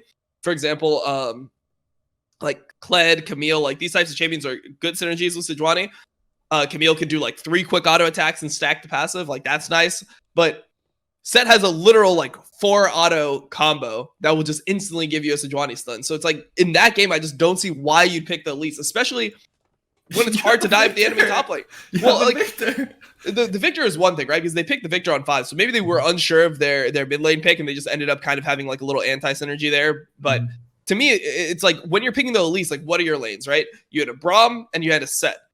The Set is not going to be easily able to dive the Ornn. Like obviously Set is good at diving, but Ornn is one of the hardest champions. Yeah, it's one of the hardest champions to dive because he has like the ability to CC you under a turret. He has a slow. He has a knockup. His W makes him immune to CC. Immune to CC. Yeah, he's like unstoppable or whatever. So that's just not a situation where I want to see like the Elise come out. Like I like Elise if you have a specific strategy for it. Like maybe it's just terrible. Like and I'm wrong. I think that it can work if like you have a combo around Elise or you have like a lane that you can definitely play around, like a super diveable lane where it's like we're gonna shut on them in lane and then they're just like fucked under the turret. So like games like this is like maybe in the game where you had FlyQuest pick like MF Yumi or something, and it's like, oh, MF Yumi under a turret, like these guys are just dead 100%. Like there's a win condition for that champion, but it just seems like people are just picking Elise like in general. They're just like, yeah, we just have Elise. Like it's like, oh, well, that's just not a champion that just functions in any team comp. If you want that, Sejuani it every single time. Sejuani it, Jarvan it, fucking Lee Sin it. Like even Lee Sin has some potency in team fights. Like those are 3 champions that are better. At least, yeah. Like you can at least make a play later on. I don't know. I'm just not down with the Elise like in almost any situation that's not specific for her. Our Karthus even. If you need AP damage, play fucking Karthus Gragas.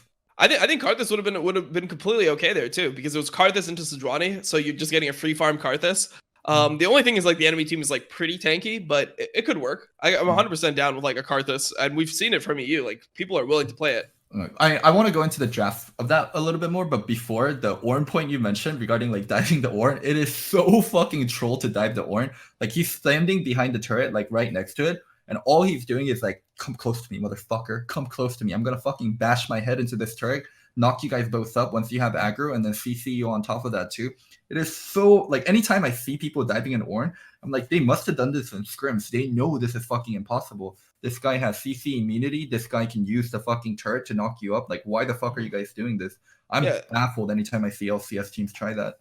Yeah, and I also think that like the other part about Ornn is that he's just innately tankier than other champions because he can just build items in lane. So he's gonna have like an extra like ruby crystal in lane. It's like, oh shit, well that's like 150 health I wasn't prepared for. So yeah, I mean it's just not I just don't feel like they trade picks very well. Like TL's drafts don't really make sense. Do you think you can trade Ornn for anything right now? I personally believe you can in NA. I think there are things that are playable into Ornn. I think you can pick Set. Not playable, like trade. Like, is there any reason for red side to not ban Ornn? Is there any reason for blue side not to first pick Ornn? Yeah, I think that there are things that are tradable. Yeah, like for me, like, well, if like for example, if like Soraka was up, I would trade Ornn for Soraka. That's one thing. Yeah, like that's something I would trade. If you have like really good Set players, so like so for like the draft that's on screen right now, right? Like the one team first picks Ornn. Yeah. And then like you look at TL's options, right? And like you'd want to normally see something like a Nautilus MF, like you can take Set and then like maybe Nautilus MF or something like that, Leona MF, and it just feels like TL is just they see the Varus' banned, they see the Xayah is banned, Aphelios is banned, and they don't even take a priority like AD carry. They take the Set there. It's like, oh, like what are you afraid of? You're afraid of the enemy team rotating the Or into mid lane and picking Set top. Like I guess that's the only reason that you would not take your MF there. But even if that's the case, like I don't understand why the Tahm Kench is suddenly such a high priority pick when you don't see the enemy support, right? Because there's so many enemy supports that they can pick that are actually good into Tahm Kench. Like Tahm Kench is not the same Tahm Kench from before where he just beats everything. Yeah, so apparently this is something that surprised me too, because NA is heavily prioritizing Tahm Kench, but Tahm Kench is apparently OP in scrims, and people have extremely good results with Kench. Yeah, so, because no one's counterpicking it. Like that's the thing is like if what's a Kench counterpick? It has to be ranged, right? I don't think you can pick melee into Tahm Kench and it be a counter. It has to be stuff like Lulu, stuff like Zyra that can like outscale so and beat the Kench in lane. So it'd be like something like Lulu has always been good into Tahm Kench. Sona, like even though Sona is like not the best champion, like this champion is fine into Tahm Kench. Like Tahm Kench really should never be able to kill like a Sona in lane.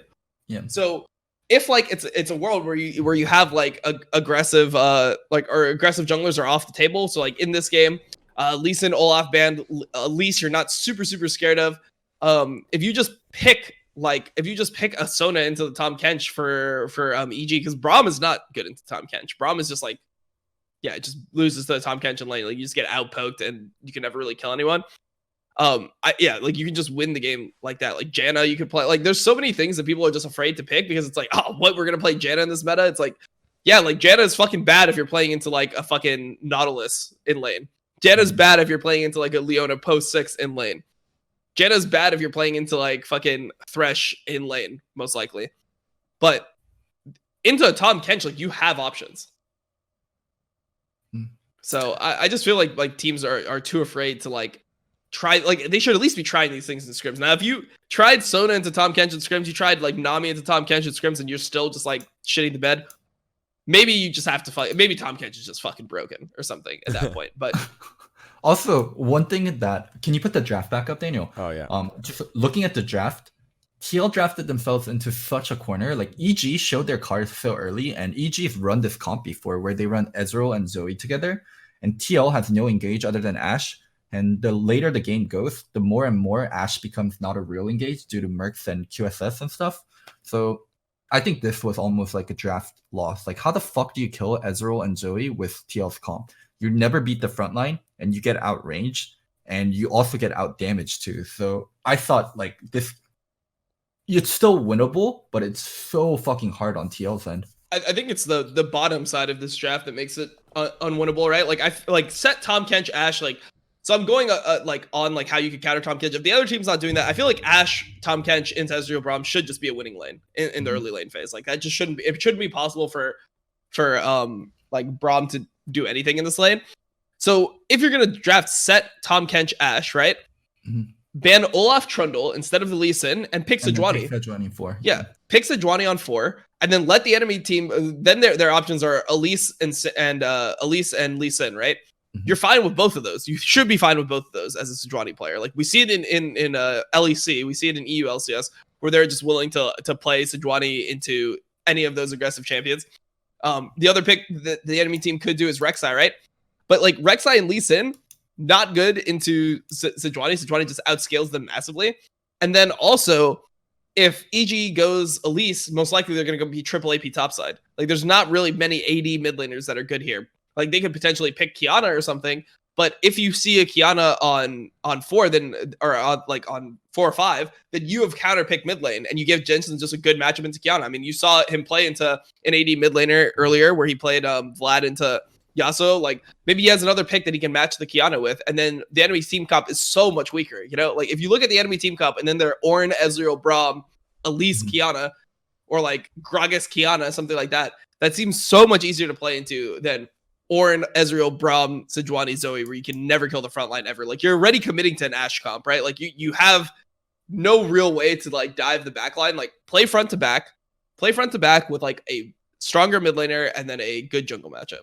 Yeah, and then also when you ban Trundle and then they reply with a Sejuani ban, just pick J4. That also solves a lot of the problems too. They just needed way better engage. I can't believe they see Ezreal and they know they EG loves running Ezreal Zoe, and they're like, well, we don't need engage versus those champions. We'll just get poked forever. Yeah, I mean, or you could just take Lee Sin there. Like, that's the other option. Is like, okay, in that situation, if you don't ban Lee Sin, let's say you ban the Trundle and the enemy team bans the Sejuani, then your Lee Sin is like so much better. Like, then your Lee Sin like makes a lot more sense. And then you have like, like you'll have a decent damage spread if you just go AP, like a full AP control mage mid. So I think that there's like just so many options to make this draft better. But like maybe this is just restricted by champion pool. Maybe they just didn't have good results playing against Elise and scrims, and they're just scared of it. Dude, I think TL, like, their biggest problem is like an identity thing. Like last year, they had like a really, really strong identity and meta aligned with it. Doublelist most play champions were Xayah, Kai'Sa, Varus, and they play towards bot lane. Like dragons were really powerful. Like getting Mountain Drake, getting Inferno Drake meant so much. And then now it doesn't anymore. And Herald is more important. And they're still playing that same style, or they're trying to do it. Like they recognize they can't, and they're going away from it somewhat.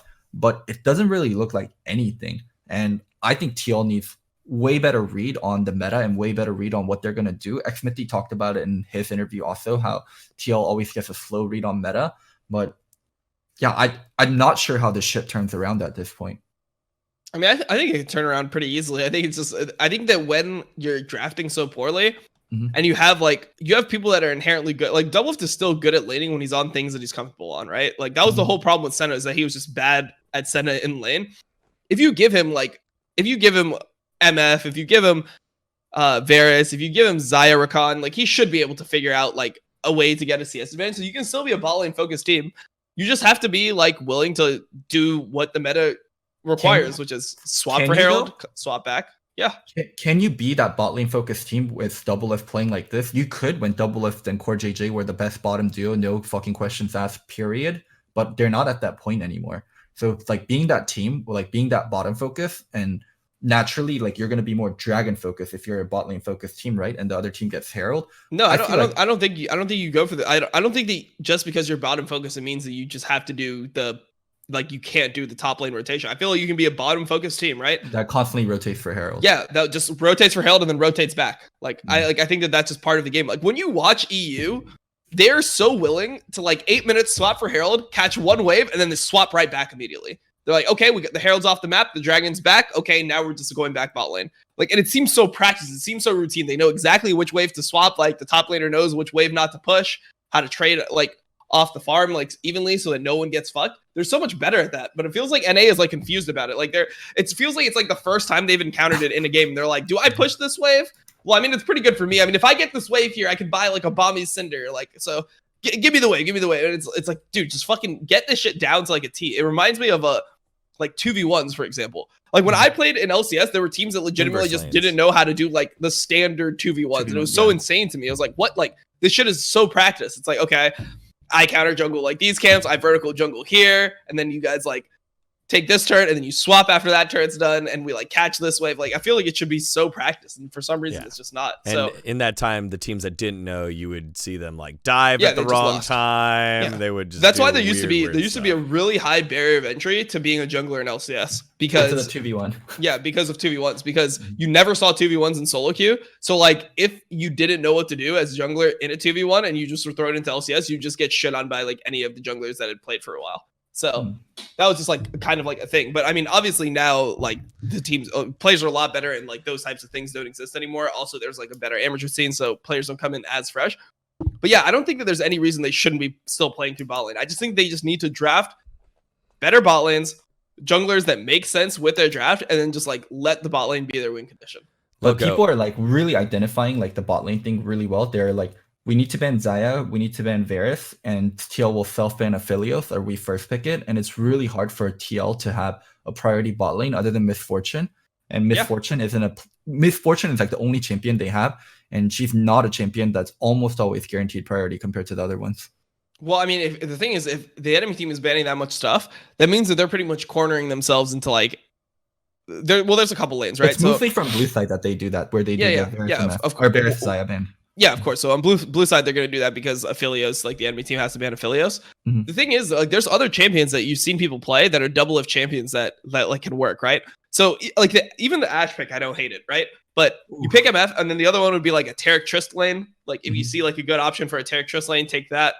MF, Trist, Ashe, and then like Ezreal with Yuumi, Ezreal with Braum, whatever. Like I feel like Ezreal's always been a good double F champion. You have like the Terra Callista if you ever want to bring that out as well. I just feel like you just have to think about your bot lane more. And if that means giving more draft resource to them, fine. Take a jungler in the first 3. It's not the end of the world if you take a jungler in the first 3. Like you can do that. The one I agree with the most is Tristana. I think with Ezreal, you can still get pushed in, and their playstyle doesn't work if Double F is getting pushed in. But Trist is actually the one where they can have priority and they can have kill potential and really lean into their old playstyle more. All right, Kabe even played Trist recently. Yeah, he played Trist into Ezreal, right? Mm-hmm. Both of you guys have broken this down. What's the percentage here of TL making playoffs? Dom, I think you're pretty high end. Yeah, I'm like 95%. Yeah. I still like almost 100% that make playoffs. I think they'll make playoffs. I think it'll be incredibly disastrous for them to not make playoffs. Like it'd be fucking catastrophic for them to not make playoffs. One other thing I wanted to mention regarding TL is, do you guys know much about Cave? TLKs? Yeah. Former analyst. I remember there was some drama, right? Yeah. So I want to speak a little bit on Case because I actually, like, someone brought it up. I think it might have been a Reddit thread where they were asking for Case back, and I asked around regarding it, like if Case did much. So Case is the analyst for TL. He actually did a lot of work for TL. He's actually one of the core reasons they beat IG, in my opinion. Like the way he broke the IG thing down and the way other players within the team talk about it and how they helped him prep. I think Case played a really big part. Mm-hmm. He's really young. He did something stupid on TL. It's not really incredibly bad. It was just very stupid. It was fireable. That's why, yeah, it was fireable stupid. But TL, do you realize like TL is like incredibly professional org, despite like what other people might think. Like they have a very high bar regarding what they believe is acceptable and what they believe isn't acceptable.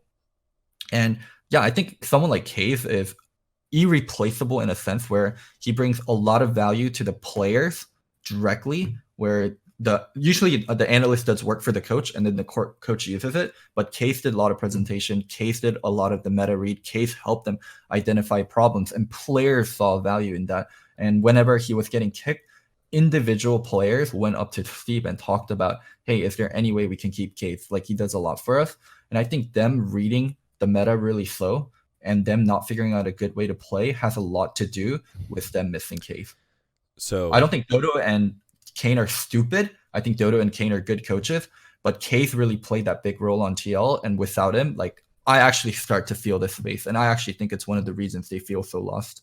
So that was the head analyst role, which Team Liquid just now filled with someone that Loco and I used to work with, Coach Tyler, former head coach of Golden Guardians at that time. So he's looking to try and fill that gap and be this bridge for the players as the head analyst. So we'll see how it works. 1-1 so far with Coach Tyler there. 2-2 with Broxa coming on in, and we'll get to see how Team Liquid fares for the rest of the season. One more team to take a look at, just because what they've done has been insanely impressive. I think we went in depth last time, so we don't have to go too far in. But we got Cloud9 sitting at Cloud9 plus 1-0, 10-0 here for these guys. And what more can you say about them? They just come in, they wreck. It looks too easy. They did get aced by CLG. Sven had his second death or was it second or third death of the season? But Cloud9 is just running through everybody. Yeah. So yeah, I mean, they're just flexing now. So I played Clash with Reaper on Sunday, and I was asking about some of the pick and bans that they did. Like, he gave me like a Reaper answer, like, because they were banning Soraka or Yuumi on blue side. He's like, oh no, there's other OP things in the meta. Like, there's different ways to ban. I think reading between the lines, Cloud9 doesn't value the 18-0. Licorice has said it himself, and from the way Reaper has talked and from the way Zidane has talked, and if you watch their content, they don't care about being 18-0. They really care about improving as a team. So I think they're just flexing on LCS. They're doing stuff like that they wouldn't in playoffs. They're trying stuff. They're trying to see whatever the hell they can get away with and how much they can push themselves. Yeah, I mean, I think this team is just so far above everyone else, and I think that it's kind of unfortunate for them that this is like the season where there hasn't been like anyone else that's A good. challenger. Like, yeah, like normally TL versus C9. Yeah, so like normally, like if they had someone else to push them, they would have something to like look forward to, or they would have like some games where like they actually have to play from behind on stage. I feel like it's kind of unfortunate that every other team is so bad right now that they can't like even get practice of like how to trade objectives and things like that, because they get everything for free. You know, like one of the things that was so good about G2 was when they played in Europe, they would have to like, there would be games where they would just get shit on early game, and they would have to learn how to play through side lanes. They would learn how to sack objectives and like how to set up the other side of the map. And now it's like, okay, C9, maybe they know how to do all that stuff, right? But we're not going to know, or they're not going to know either until they're put in those situations on stage, right? So I just wish that like there was a team that could kind of like at least challenge their early game. Right now, it just seems like they win every single game in the early game. Like, there's no game where they're like behind like 2-3K at like 18 minutes or something. Oh man, I did like it's just all smashes. Yeah, I did a video on like how ahead Cloud9 is. Like they had like 90% dragon control, 1.5 average gold lead at 15 minutes. It was something fucking insane, and they had like 100% Baron control too. This team never loses early game. This team doesn't give up objectives. They never 50-50 Baron. Like the stats are so fucking crazy. Like people talk about KDA and like, oh my god, Sven, 100 KDA, my lord. Oh my god, all 5 players high KDA. Like honestly, that shit doesn't matter. Like the objective control, like the gold lead, like that is the meat and potato of League of Legends, and they do that part so consistently well. Yeah.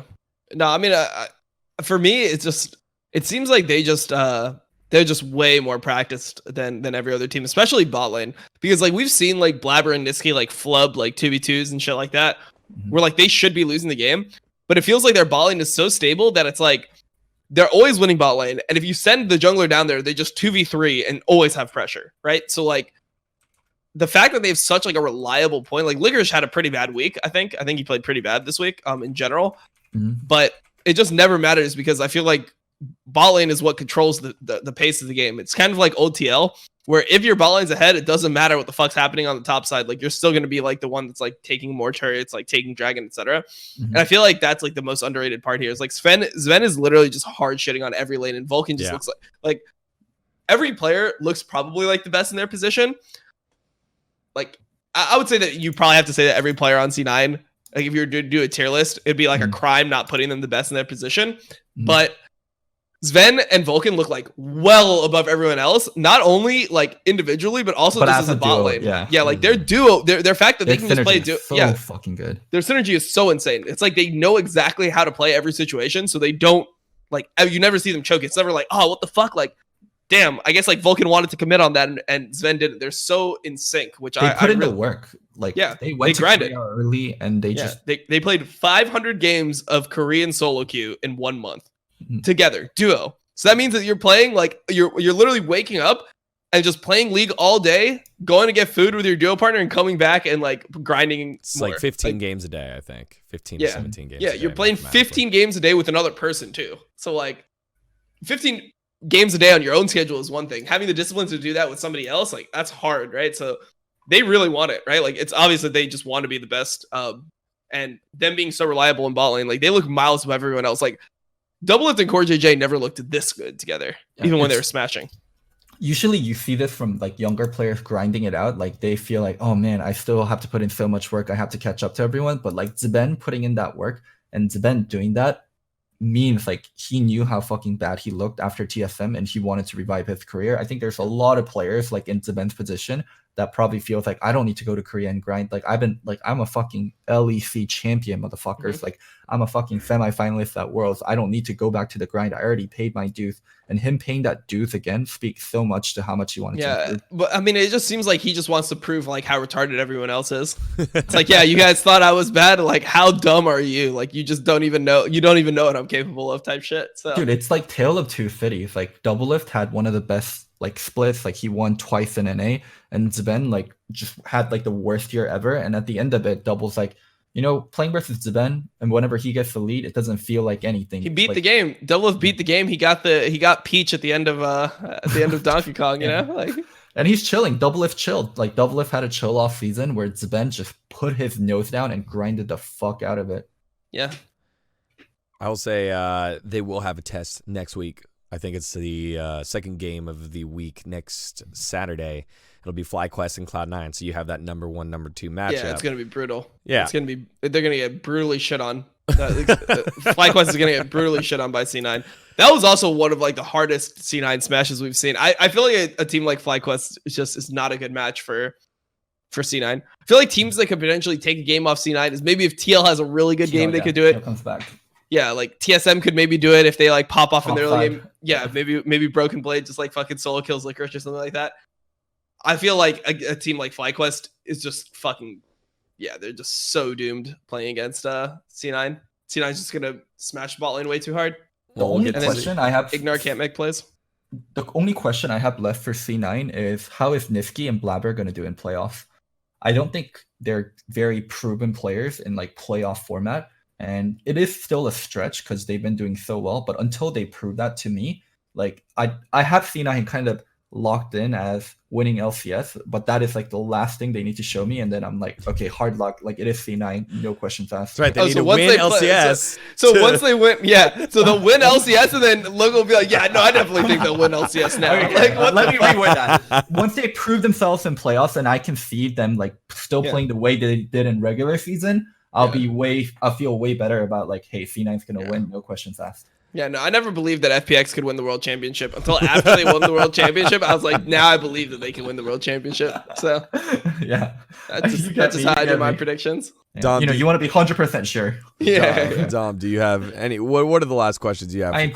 Dom, your chat has a 50% 50% prediction rate. Yeah, more than 50%. Yeah, more than 50%. I have 100% prediction rate post game. Yeah, true.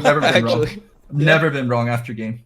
Actually, you've probably been wrong a couple times because you don't watch some of the games that you predict. So you probably like after like some of like the Vietnamese or like Taiwanese teams played, you probably just had the wrong prediction even afterwards. But who knows? True that. No one held to it. All right, so Cloud9 still making history, chasing Immortals in the LCS. Immortals went 13-0, so all the way to week 7. Yeah, week 7 before losing to Phoenix One back in 2016. So FlyQuest have a big test up against number 2 next week. All right, so those are all the teams that we're hitting for this week. But LCS, it's that time of the day when back in the day when I was over there, we're in the writers meeting. We're like, all right, we're done talking about stocks. What do we do, guys? All right, time for some tier lists. And so we have the tier list that Crumbs and Marks put up for the top lane. So who's the boss of the top lane other than Set? Everyone kind of settled Licorice and Broken Blade 1 and 2. Crumbs is just delusional, putting Ruin at 9. Yeah, Ruin 9, Viper a little lower, Kumo a little low. Let's see, what else? Huni at 3. What do you guys take of their tier list before we reveal ours for 2020? Soaz at 3, my God. Impact at 4? What the fuck? Is Crumbs still watching 2019 replays? Yeah, I don't know. Impact at 4 is fuck. Wow, Impact below someday. Jesus fuck. Yeah, no, that's crazy. That's absolutely crazy. I want to hear the reasoning. I actually didn't get to catch this segment, so I would love to hear Crumbs' reasoning for Impact at 4. Yeah, that seems so. That's so low for Crumbs. I mean, I guess it's kind of like, I guess Impact does like when he looks good, he does look good, right? Like he like shit on fucking like Huni's face yesterday, So when he picked Pantheon into that, Huni shit on his own face. Huni fell, and Impact was just like, "What the fuck are you doing, dude? Stop hitting yourself." Yeah, I mean, I still think that like, in terms of like the fights, like Impact didn't get a massive lead in lane up until like the team fights, and then he like came back with items, and then it was just over. So there's a natural lead that happens at 15 minutes. You realize, hey, I'm playing a Pantheon and I'm building Stoneplate Gargoyle. The other guy's Set just building regular items. I'm 1/3 of his effectiveness. Like that's the natural lead. Well. Like other people are able to actually, well, I think that's the natural situation when you're that far behind. Like Pantheon just can't get behind, right? Like I don't think that the matchup is unplayable or something. It's like, definitely not a counter pick. He counter picked that. it's not a counter pick, but it doesn't like auto lose either. Like it's just something that we're theoretically like you're just like, hey, I can just farm versus set. Like it'll be 50-50 early. He can't really abuse me, and then I just like have ult pressure mid, and you can just roam with it. You just do Pantheon things. But going back onto the top lane tier list, I think I just really disagree with Crumbs' Huni at 3. Huni's been so hit or miss. Impact at 4. The biggest crime on this whole list is Sumday's position. Like you can't not put him at 3 right now. Like if you don't have Licorice, Broken Blade, Someday as top 3, you haven't watched LCS. I'm convinced of that. Like there's no other way that you can make a fucking tier list right now. I double checked mine. I was like, I'm pretty sure I have him at 3. Done. You have to. You have him at 3, but you got some questionable things that we're gonna get to right off the top. Here we go. The first. Wait. Let's talk about Marks a little. How much do you agree with Marks? Soaz at 3 is high. Come on. Yeah, Soaz is way too far up there. Like he's looked stable. It's just he hasn't looked better than the other guys. Okay. I have a different person at 10 other than Ruin. I'm curious what you're gonna say about mine. Yep. Do you have Viper at 10 or some shit? Here we go. Okay, it's time. It has to be Kumo, right? We're gonna talk about Loco a little bit here. If you look all the way left, it is Kumo at the bottom for Loco. Ruin at 9. Why? His only win was on Soraka. He's the one that's gonna get replaced probably. Yeah, his only win was on Soraka, and in that Soraka game that he won, he was 50 CS behind Kumo in lane. Well, you have Someday over Broken Blade. I thought Licorice Broken Blade were easy 1-2. Yeah, I have my 1-2-3. I think is So pretty okay. We'll go through it. Loco, Licorice, Broken Blade, Someday at 3, Soaz at 4, the highest rated Soaz top laner. Huni, Hanser, Impact, Viper, Ruin, and Kumo. I have Licorice, Someday, Broken Blade. Probably I'm wrong on that one.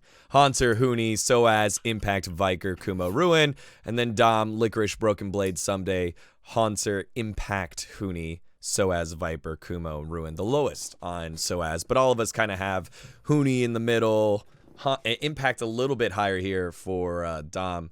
Loco, let's start with you. So I think the big one. Let's start with Soaz because that's the one I differ with you guys the most. Differ Soaz. With Dom the most actually. I'm 4 on Soaz. Dom is 7. Immortals is 5 and 5. Who the fuck is like doing well on Immortals? Is it Ica? I don't think so. I mean, look at the wins that they have though. Like they have their wins on games where it's like, okay, I mean, Soaz is playing a tank and they ended up like scaling throughout the game. It's like, all right, nice. I don't really like even in the game where we played Ornn into Aatrox, I thought that was a pretty bad game. I think that Soaz has had really bad performances that people are just kind of writing off because Immortals will get so smashed that they won't even like look at the game. But for me, when you're taking like draft resource and you're like last picking Karma top and then you just get fucking hard rolled, like that is a huge negative for me. Like that is like you lost a lot of fucking points. Like you get more points picking Aatrox and like slightly losing than picking Karma as last pick and getting hard rolled. So like for me, I just judge like overall their entire games and I try to look at every single game they've played and like how much impact they've had throughout the game. Whereas like Soaz has played like solid in some of the games for sure. But like I didn't think that the set game versus C9 was good. I didn't like the Karma game. Aatrox looks weird for a while into Broken Blade. It just seems like he's like a serviceable tank player, but I also think that he has like champion pool issues. Like it doesn't seem like he has the capability to play carries that some of the other top laners can play.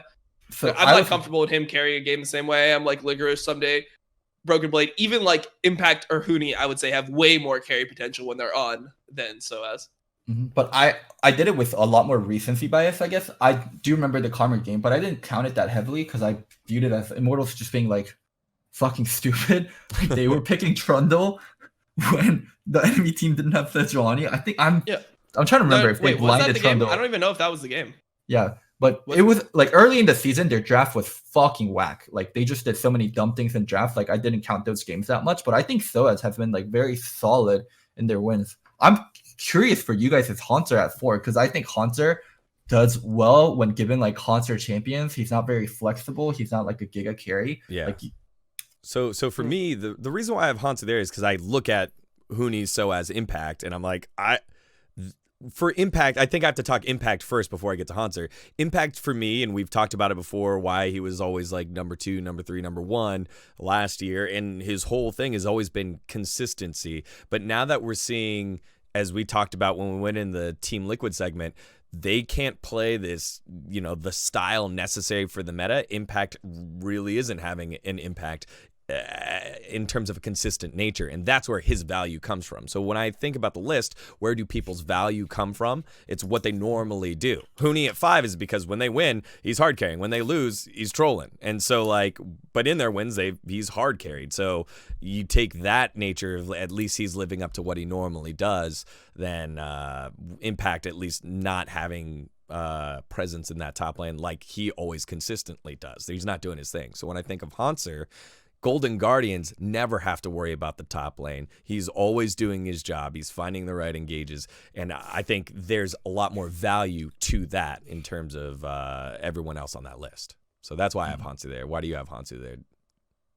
I think that he just has like a lot of performances. Like he does a lot better in a lot of lanes than he should. For example, like even the GB Lucian lane, even though he ended up like getting solo killed by Someday throughout the game, like multiple times, like he should not be that far ahead in the early game, right? Like he's able to ulti bot, get 3 assists, and he's winning the early game. Like he forced Someday's first recall in lane, like by just chunking him with grasp. Like he was just winning the top lane, which should be unwinnable for GP like early game. Yeah. So I value that. Like even in a lot of the losses, like for example, the Soraka game, where Keith just ran it down on Tom Kench super, super hard. Like he's playing really well in a lot of the games, like well enough to win. And it's just like not happening because his team is so bad. Like I thought his Aatrox performances have been pretty good so far as well. Like he just seems like he's kind of elo held by having like just a really, really inconsistent bot lane. I think that if he was on any of the teams that were like better overall, like for me, he's the best player on Golden Guardians. Like besides from maybe Closer. Like Closer was the best player on Golden Guardians up until the last 2 weeks to me, cooled off, where I felt like he's played not as well. I think that Hauntzer has been like just the other factor where he's actually like able to get, and a lot of these games, like one thing that I learned more about Closer when I was watching him is that Closer is really good early game, but he's actually not that good at team fighting as a jungler. Like he goes too hard. He's not very like good at judging his distance between him and his own carries, and like when his team will be able to follow up on CC that he lands compared to like seeing the opportunity, seeing the distance. Yeah, so when you look at like certain players, like Meteos is actually normally pretty decent at team fighting. Smithy, pretty decent at team fighting. Santorin, really good at team fighting. Like these types of players are better at like understanding, hey, I don't have to make a big play. I need to play with my carries because they're the ones that are actually going to be like the ones that determine whether we win or lose the fight. So I think that that's like a flaw of Closer, and I think that Hauntzer has just been pretty solid at like most points in the game. I think it's rough because his worst game that I've seen him play this entire split was like the last one, right? Like the GP game. Mm-hmm. But it was still good in the GP game, right? Like I feel like he just fucked up and got solo killed once. And as soon as you get solo killed once in that matchup, it just becomes so much harder. If he just like didn't make that one mistake, like either flash solution ult or something like that, he had already generated, like he's playing the ass end of the lane, right? Like he got hard counterpicked.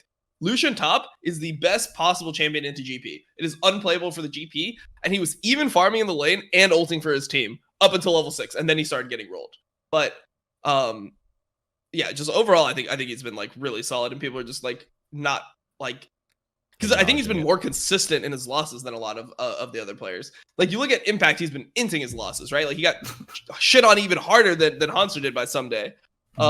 He had like the set game that we just saw where he just wasn't able to do anything into Kumo like the entire game, just going like over engaging into plays and just losing fights, getting caught before Dragon. You look at like losses from you look at losses from Soaz, and I feel the same way. Like that's the main reason. Like I just factor in how hard you lost in your loss heavily into my overall analysis of you as a player. So to me, it's not like, oh, like you get like 3 points for a win and like negative like 2 points for a loss. It's like you get 3 points for a win if you get hard shit on. Like if you get shit on harder than you smashed your laner when you won, you lose more points. So that's then kind of answer this, because I like at least you have the criteria on how you judge them, but you have Impact, Huni, Soaz. I think those are the three that we kind of differ the most on. Impact, Huni, Soaz. Why is Impact 5 when you know that, as you just said, he's been shit on in his losses? Because like he's been reliable in games as well, but it's kind of gone unnoticed. So like I thought his Mordekaiser game was really good. His last game into Huni was he just pretty much carried the whole game. Yeah, like he carried the whole game. I feel like he's kind of getting hamstrung by playing like with different junglers all the time. Like he's receiving almost no jungle pressure in his lane, right? Like he got one impact though. That's always been impact, but it's like people are getting better throughout time, and there are times, and like even though people think that like impact was always self-sufficient, like Xmithie knew when to just like at least cover him. Right now he's just playing stacked, yeah. Now he's just playing the whole game solo, so I think he has just less options to show that he's super good. But I mean, overall, I think that he is solid. Like I would rather have him on my team than the ones that I listed under him right now. I had my list more of this moment. I will definitely rate Impact higher when it gets to playoffs. I think Impact really doesn't care about regular season. Some of the things he does seem so lazy, and I'm like, normal Impact would never do this. Like even when like waves are stacking and dying, I wish I remember what team it was versus. But there's a game where TL saw multiple waves stacked, and Broxa went to bot side instead of going, or Shern went to bot side instead of going to top side. So it was one of the earlier games. Impact in playoff would call he has wave stacks, and he needs someone to cover for him or make a different kind of play. Because yeah, it's just so obvious, and he's still dying to it. And that's just Impact in regular season. This guy's been playing for such a long time. He's been playing 1 year. He started 1 year later than me, and he's still been playing full time. So at this point, like regular season just does not matter. Yeah, I don't know. I still believe in Impact, and I think that it's just like even though he's looked bad in losses, he hasn't inted as hard as Huni has in the losses. Like, okay, think about Huni's fucking first set game where he played like he played that fucking horrible set game. It was like the Fly Quest, I think. Yeah. Where he just died level 2 and just ran it for the entire fucking game. Like he just hard fucking into the entire time. Like those types of games are just so like inexcusable to me. Like it's so hard for me to put Huni top 5 after that. Loga, you've got Hanser at 6, so you asked us why we had him so high. Why do you have him lower comparatively behind Soaz? So I'll give credit to Hanser where credit is due. Like he plays really well on Aatrox. His Ornn is okay. His GP is decent. But that has always been like Hanser type of champions, like these bruisers and sometimes tanks. I know he has a win on Fiora. I don't think he was that great of a Fiora. He lost on Soraka. He just has his set play. Yeah, but the Soraka loss, he played well the entire game. I felt like he played a really good Soraka, and it was just like, okay, when your support ints as hard as Keith did like 4 times in a row. The Tom Kench, yeah, the Tom Kench game. Like, what can you do as Soraka? Like, you have to heal your teammates. If your teammates are trolling, you can't keep them alive.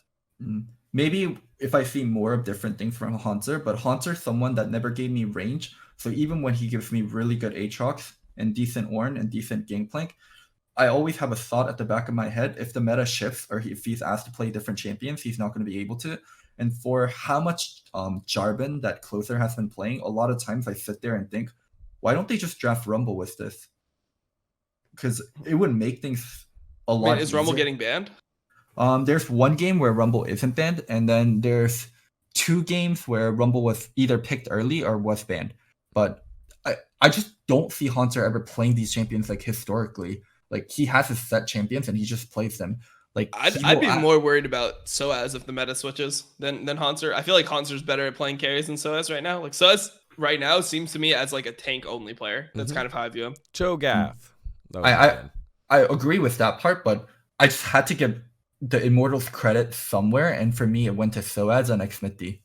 Yeah, but I mean, they're 5-5, right? They're 1 win higher than Golden Guardians, and it's like rest of their roster. Like we talk about how bad Aika is all the time. Yeah, and I think Haku is decent. I think Altec is very flawed, but he's fitting well into the Immortal system. So I do think like the most important people on Immortals are Soaz and Xmithie.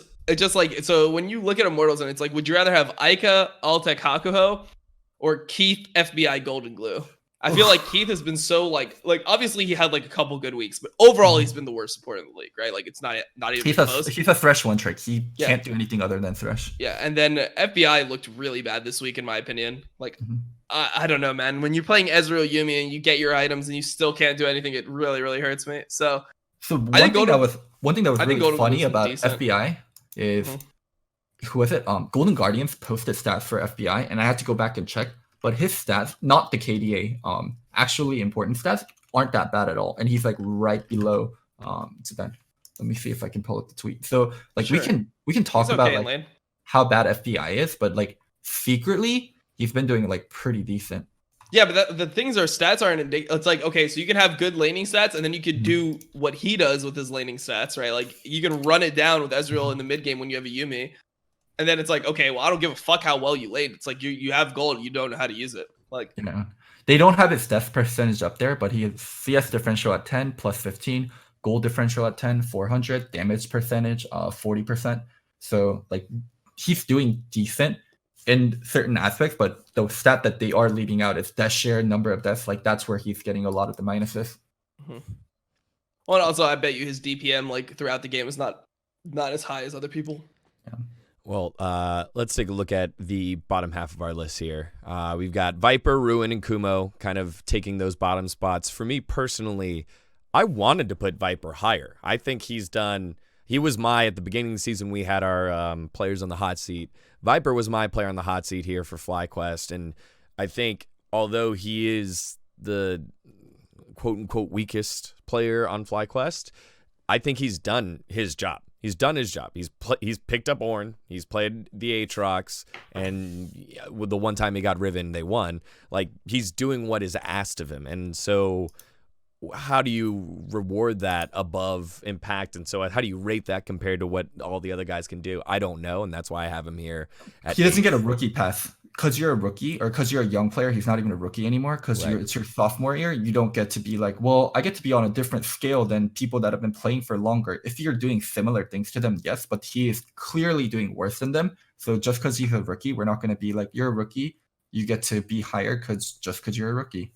Yeah, I think he has some like big issues with like, I mean, it's the same thing where I just take away a lot of like negatives. Like there's so many games that he's won that he hasn't looked good in, right? So the Ornn game that he played, I think it was versus Someday. I'm not sure which one it was exactly, but he had two back-to-back Ornn games, one versus TSM, and then I think the other one might have been versus 100 Thieves. Not 100% sure on his opponent, but it was two games where he played Ornn into Aatrox, and he was just down 30 CS in both lanes. Like the lane was like frozen against him. Like he's just not able to like mitigate the advantages that other champions have as well as like other people. Yeah. So when you watch Broken Blade play the bad end of a matchup, right? Like he'll always be like knowing his time to pressure, knowing when to base, knowing when to like get advantages. And it seems like Viper is just like, he always does like a little bit worse than you'd expect. It's like, okay, like I know Aatrox is supposed to be good into Ornn, but I don't know if you should be down like 30 CS and have like the wave pushing away from you the whole time. I think he does it a lot to himself, like with his TPs and stuff like that.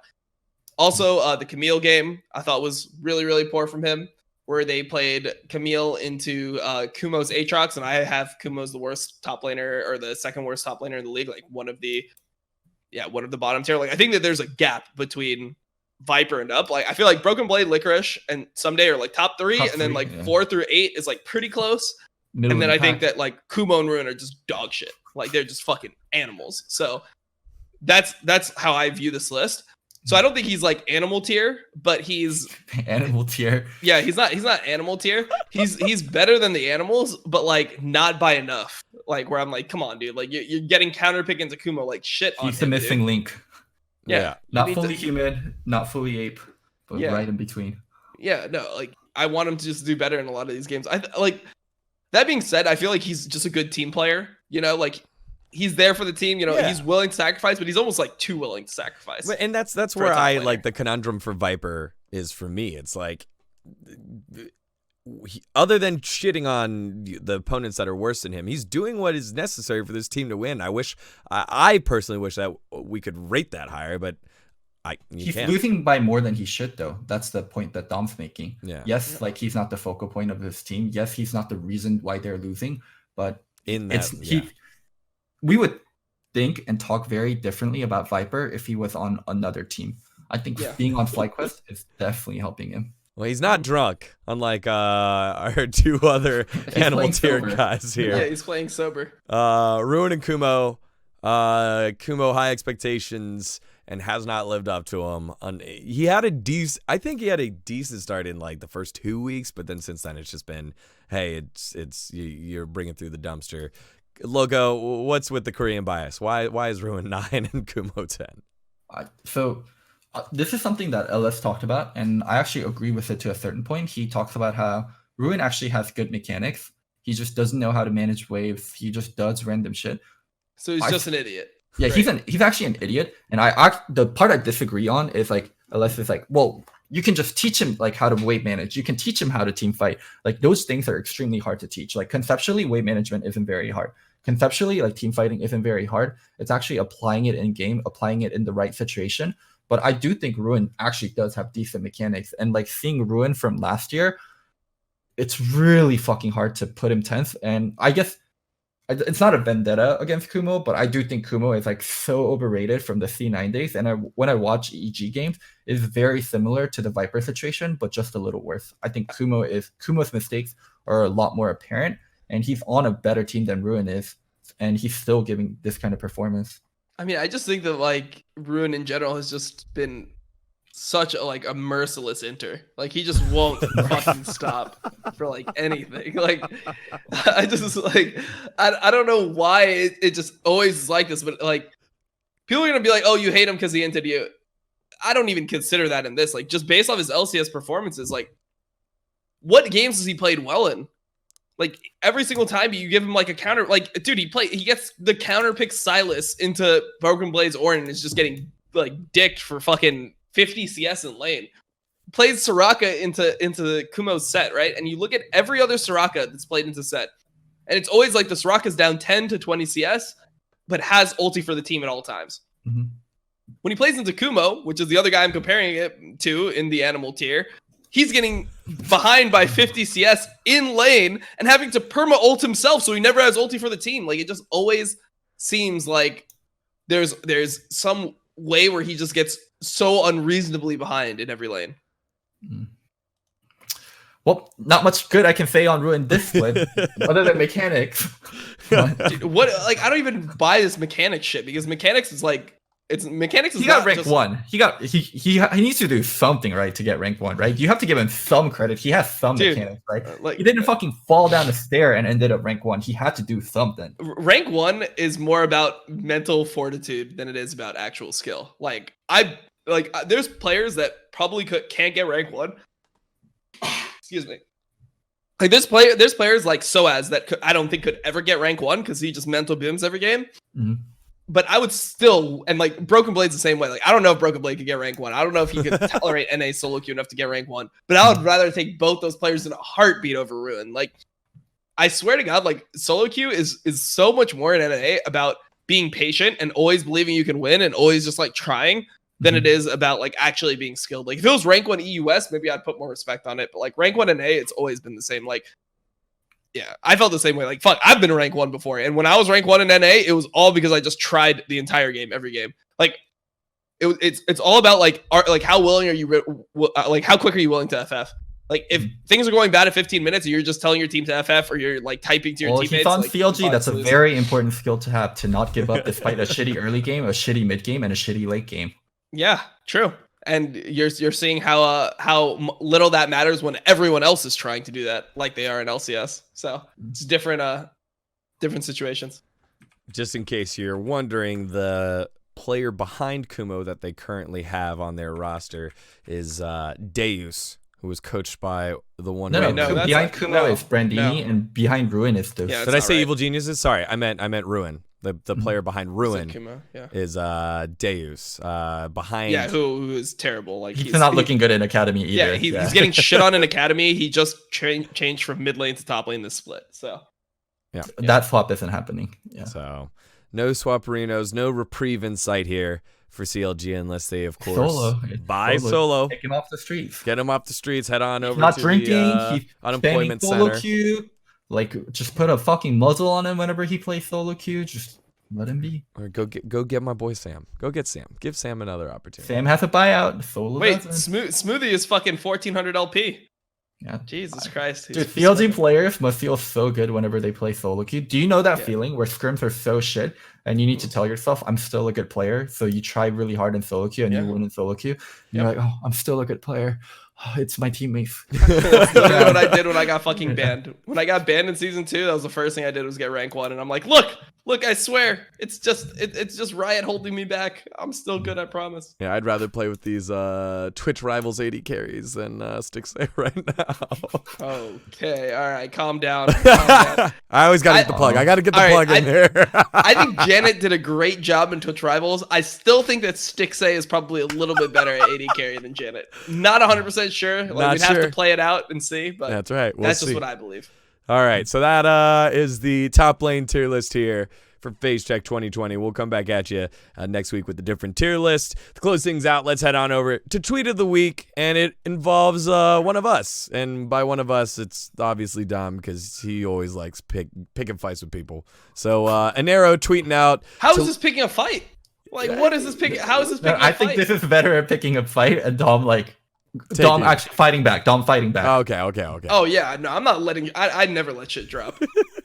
To lose a game like this from an arrow, to lose a game like this can only mean that I failed my job as a coach this week. I'm sorry to any fans. GG, well played, 100 Thieves.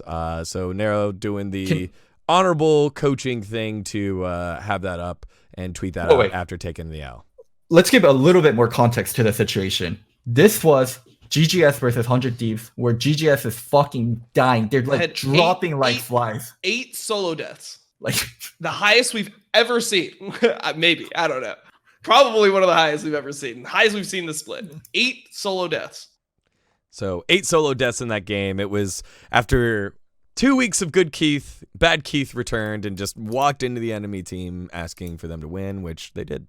So again, an arrow kind of taking the bullet for something you didn't necessarily have to, so doing the right coach thing. This is some martyr bullshit. This is some politics bullshit. That's why I called it out. It's fucking straight PR. It's like, what does he have to lose in this situation? Like, anyone that says like, yeah, you're a bad fucking coach, and then anyone's gonna defend him. Hey, his players are just fucking dying. Like, he gave a good draft. Like, what can he do? Like, this is PR. This is very political. Like, everyone that knows.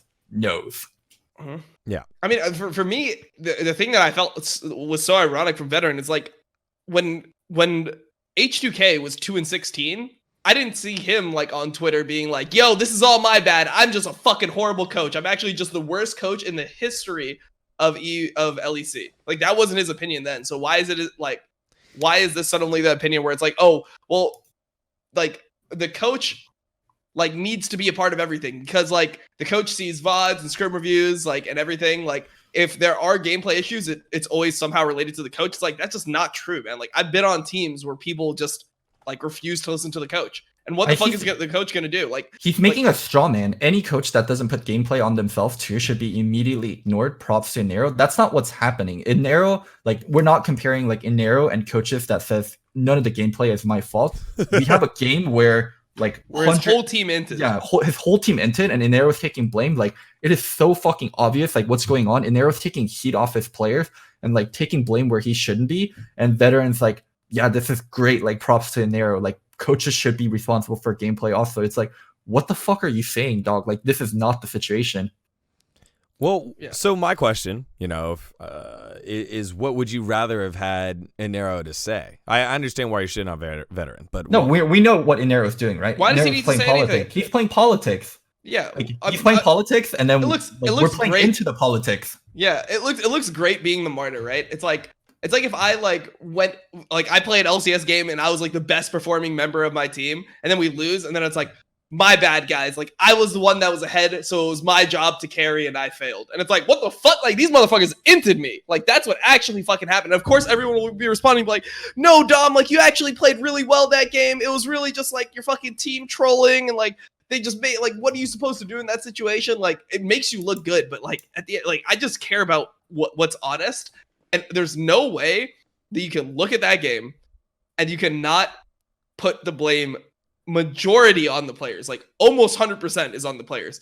Like, do you think that this is just happening every single fucking game? Like, this didn't happen in the other LCS games. Like, are they just ending this much in scrims? And you think that Inero's just sitting there like, I just can't fix the problem. Like, I don't know what it is. Like, players have to be able to pilot their own champions. Like there's some level of like being just a professional player where you need to understand like map states, when people are missing, when you need to be fucking careful. Like these deaths are not fucking team related. Like, oh, well, maybe we like controlled vision poorly here. Like maybe if they lost games at like Baron, right, where they're consistently making the wrong decision on like whether to turn, bait Baron, like push midwave. Right. Maybe Nero thought he was coaching CLG. That's the only. Yeah, for example, that was exactly a game I was going to bring up. You know, like the game where CLG like pretty much opened mid and just lost the game for no reason against Immortals, where they had complete control, they had Ocean Soul, etc. Like maybe that game the coach can take responsibility, be like, hey, like we were in a position to win, my players played better than the enemy team, and we just made like a horrible decision as a team. Even that I would say would be majority on players, but that's a situation where at least I would think the argument would be understandable for the coach to be sharing blame. In this situation, I think this loss is like all on the players. Like I fucking played in LCS, dude. If I played like that, I would be fucking taking the blame for sure. Like LCS, like you have to fucking be able to understand like what is in your control as a fucking player. And like, that is not your coach fucking up. If the players go backstage and they don't realize that they into that game, their team is even more doomed than I think. Do you think like backstage, that's what Inero was telling them? Hey guys, like I failed as a coach. No, fuck no. Fuck no, he's not telling them that, which is why it's so disingenuous. Like, dude, the team has 34 solo deaths. Like solo deaths are, that's some solo queue shit that you work out, bro. Not even Ruin's getting caught that many times, dude. Like, that's just crazy. There's people in chat saying, why are you guys shitting on Inero for protecting the players? There's nothing wrong with that. I mean, the only part we're shitting on that regarding is like it's playing politics, and to the fans that might not be in the know as much, they might not actually understand that he's playing politics and he's just doing it for PR. The part we're shitting on is like veterans saying like the coaches should be taking blames like all the time for stuff like this, where no, like, dude, like this is someone playing politics. This is someone doing PR. This is someone taking heat off. This is someone like making sure the blame goes on him unnecessarily. This is someone being a martyr. We can all see that. Veteran, you can see that. You're smarter than this. Like, I don't know. This is just what the fuck for me. Yeah, that's why I was responding. It just, I don't know. I just think that that's just not what the coach is supposed to do. Like having the idea of like, well, if the players aren't developing, then the coach is always at fault because the coach's job is to develop players. Like some players just can't be fucking developed, bro. Like if I went into LCS and I made it my fucking goal to make any team lose, you could put me on C9 right now. I could make that team lose the next 8 games they play. I could int hard enough that no coaching, nothing could be done. So yeah, I mean, it could be on the general manager. You could be just like with a piece that doesn't fucking work, right? Like it's not a situation where I think that like, it's not like the coach has complete control over everything that happens in the game. The coach is not that important. The coach's job is to get people to work together, but you need like the base level of like skill in order to have something to work with. So in sports, when coaches do call out other players, it's never like a hard call out. It's like, yeah, you know what? Our so-and-so needed to play better. We didn't, theirs did. And you know, that's something we have to take a look at next week in practice. How do you feel like we need to do that here in league, and do coaches do that, and should they ever do that? Because some of our players just can't take that kind of criticism. We can't. People are way too coddled. You don't see that shit in basketball because the players get coddled ever since like what they're in high school. They play in like these like basketball leagues where people want to groom them to come to their college. So they're always babied. They go to NBA and they get babied. They get constantly babied. So you never, ever fucking see that in NBA where a coach is straight up calling out a superstar. Like, hey, this guy's like playing bad. Other than like Pops on Spurs, like that shit never happens. And it's kind of the same in League of Legends, right? Our players get babied like from the time they're in solo queue. They get paid ridiculous amounts of money. Like, especially in NA, players are such a scarce resource that like players have all the power. So I don't think it'll ever be like that. All right. Well, that was our tweet of the week. A little bit of PR and cover up by Inero. I think it's a fine thing to do. It's just, as the guys have highlighted, doesn't seem go watch the game again. Like if you have any question about this situation, just go watch the game one more time. That's all I have to say. In City, baby. All right. That is it here for week 5. So we hit that halfway mark for the LCS season. Sorry for being a little slow. I got like I'm feeling a little sick right now, so I had these 2 hard carries. Don't come near me. Don't come near me. All right. I appreciate it. Degon's got the Daniel's Corona. Asian people coughing. You guys know what that means. True, actually. I Run. did just come from the airport, so maybe not so great. Oh, Lord. Well, you feeling feverish? Don't come to LCS. Not yet. I've been drinking a lot of water. But either way, thanks for watching, guys. We'll be back for week 6. Highlight the Cloud9 FlyQuest matchup. Hopefully, it's not just another Stomperino like Dom thinks it's going to be. We'll post up the tier list as well. And love to see your feedback. Other than that, anything else that you guys want to say before we close things out? I'm good. Thanks for watching. Yep. That's it, folks. All right, guys. Thank you so much. And we'll catch you guys next week for Facecheck. See ya. Peace.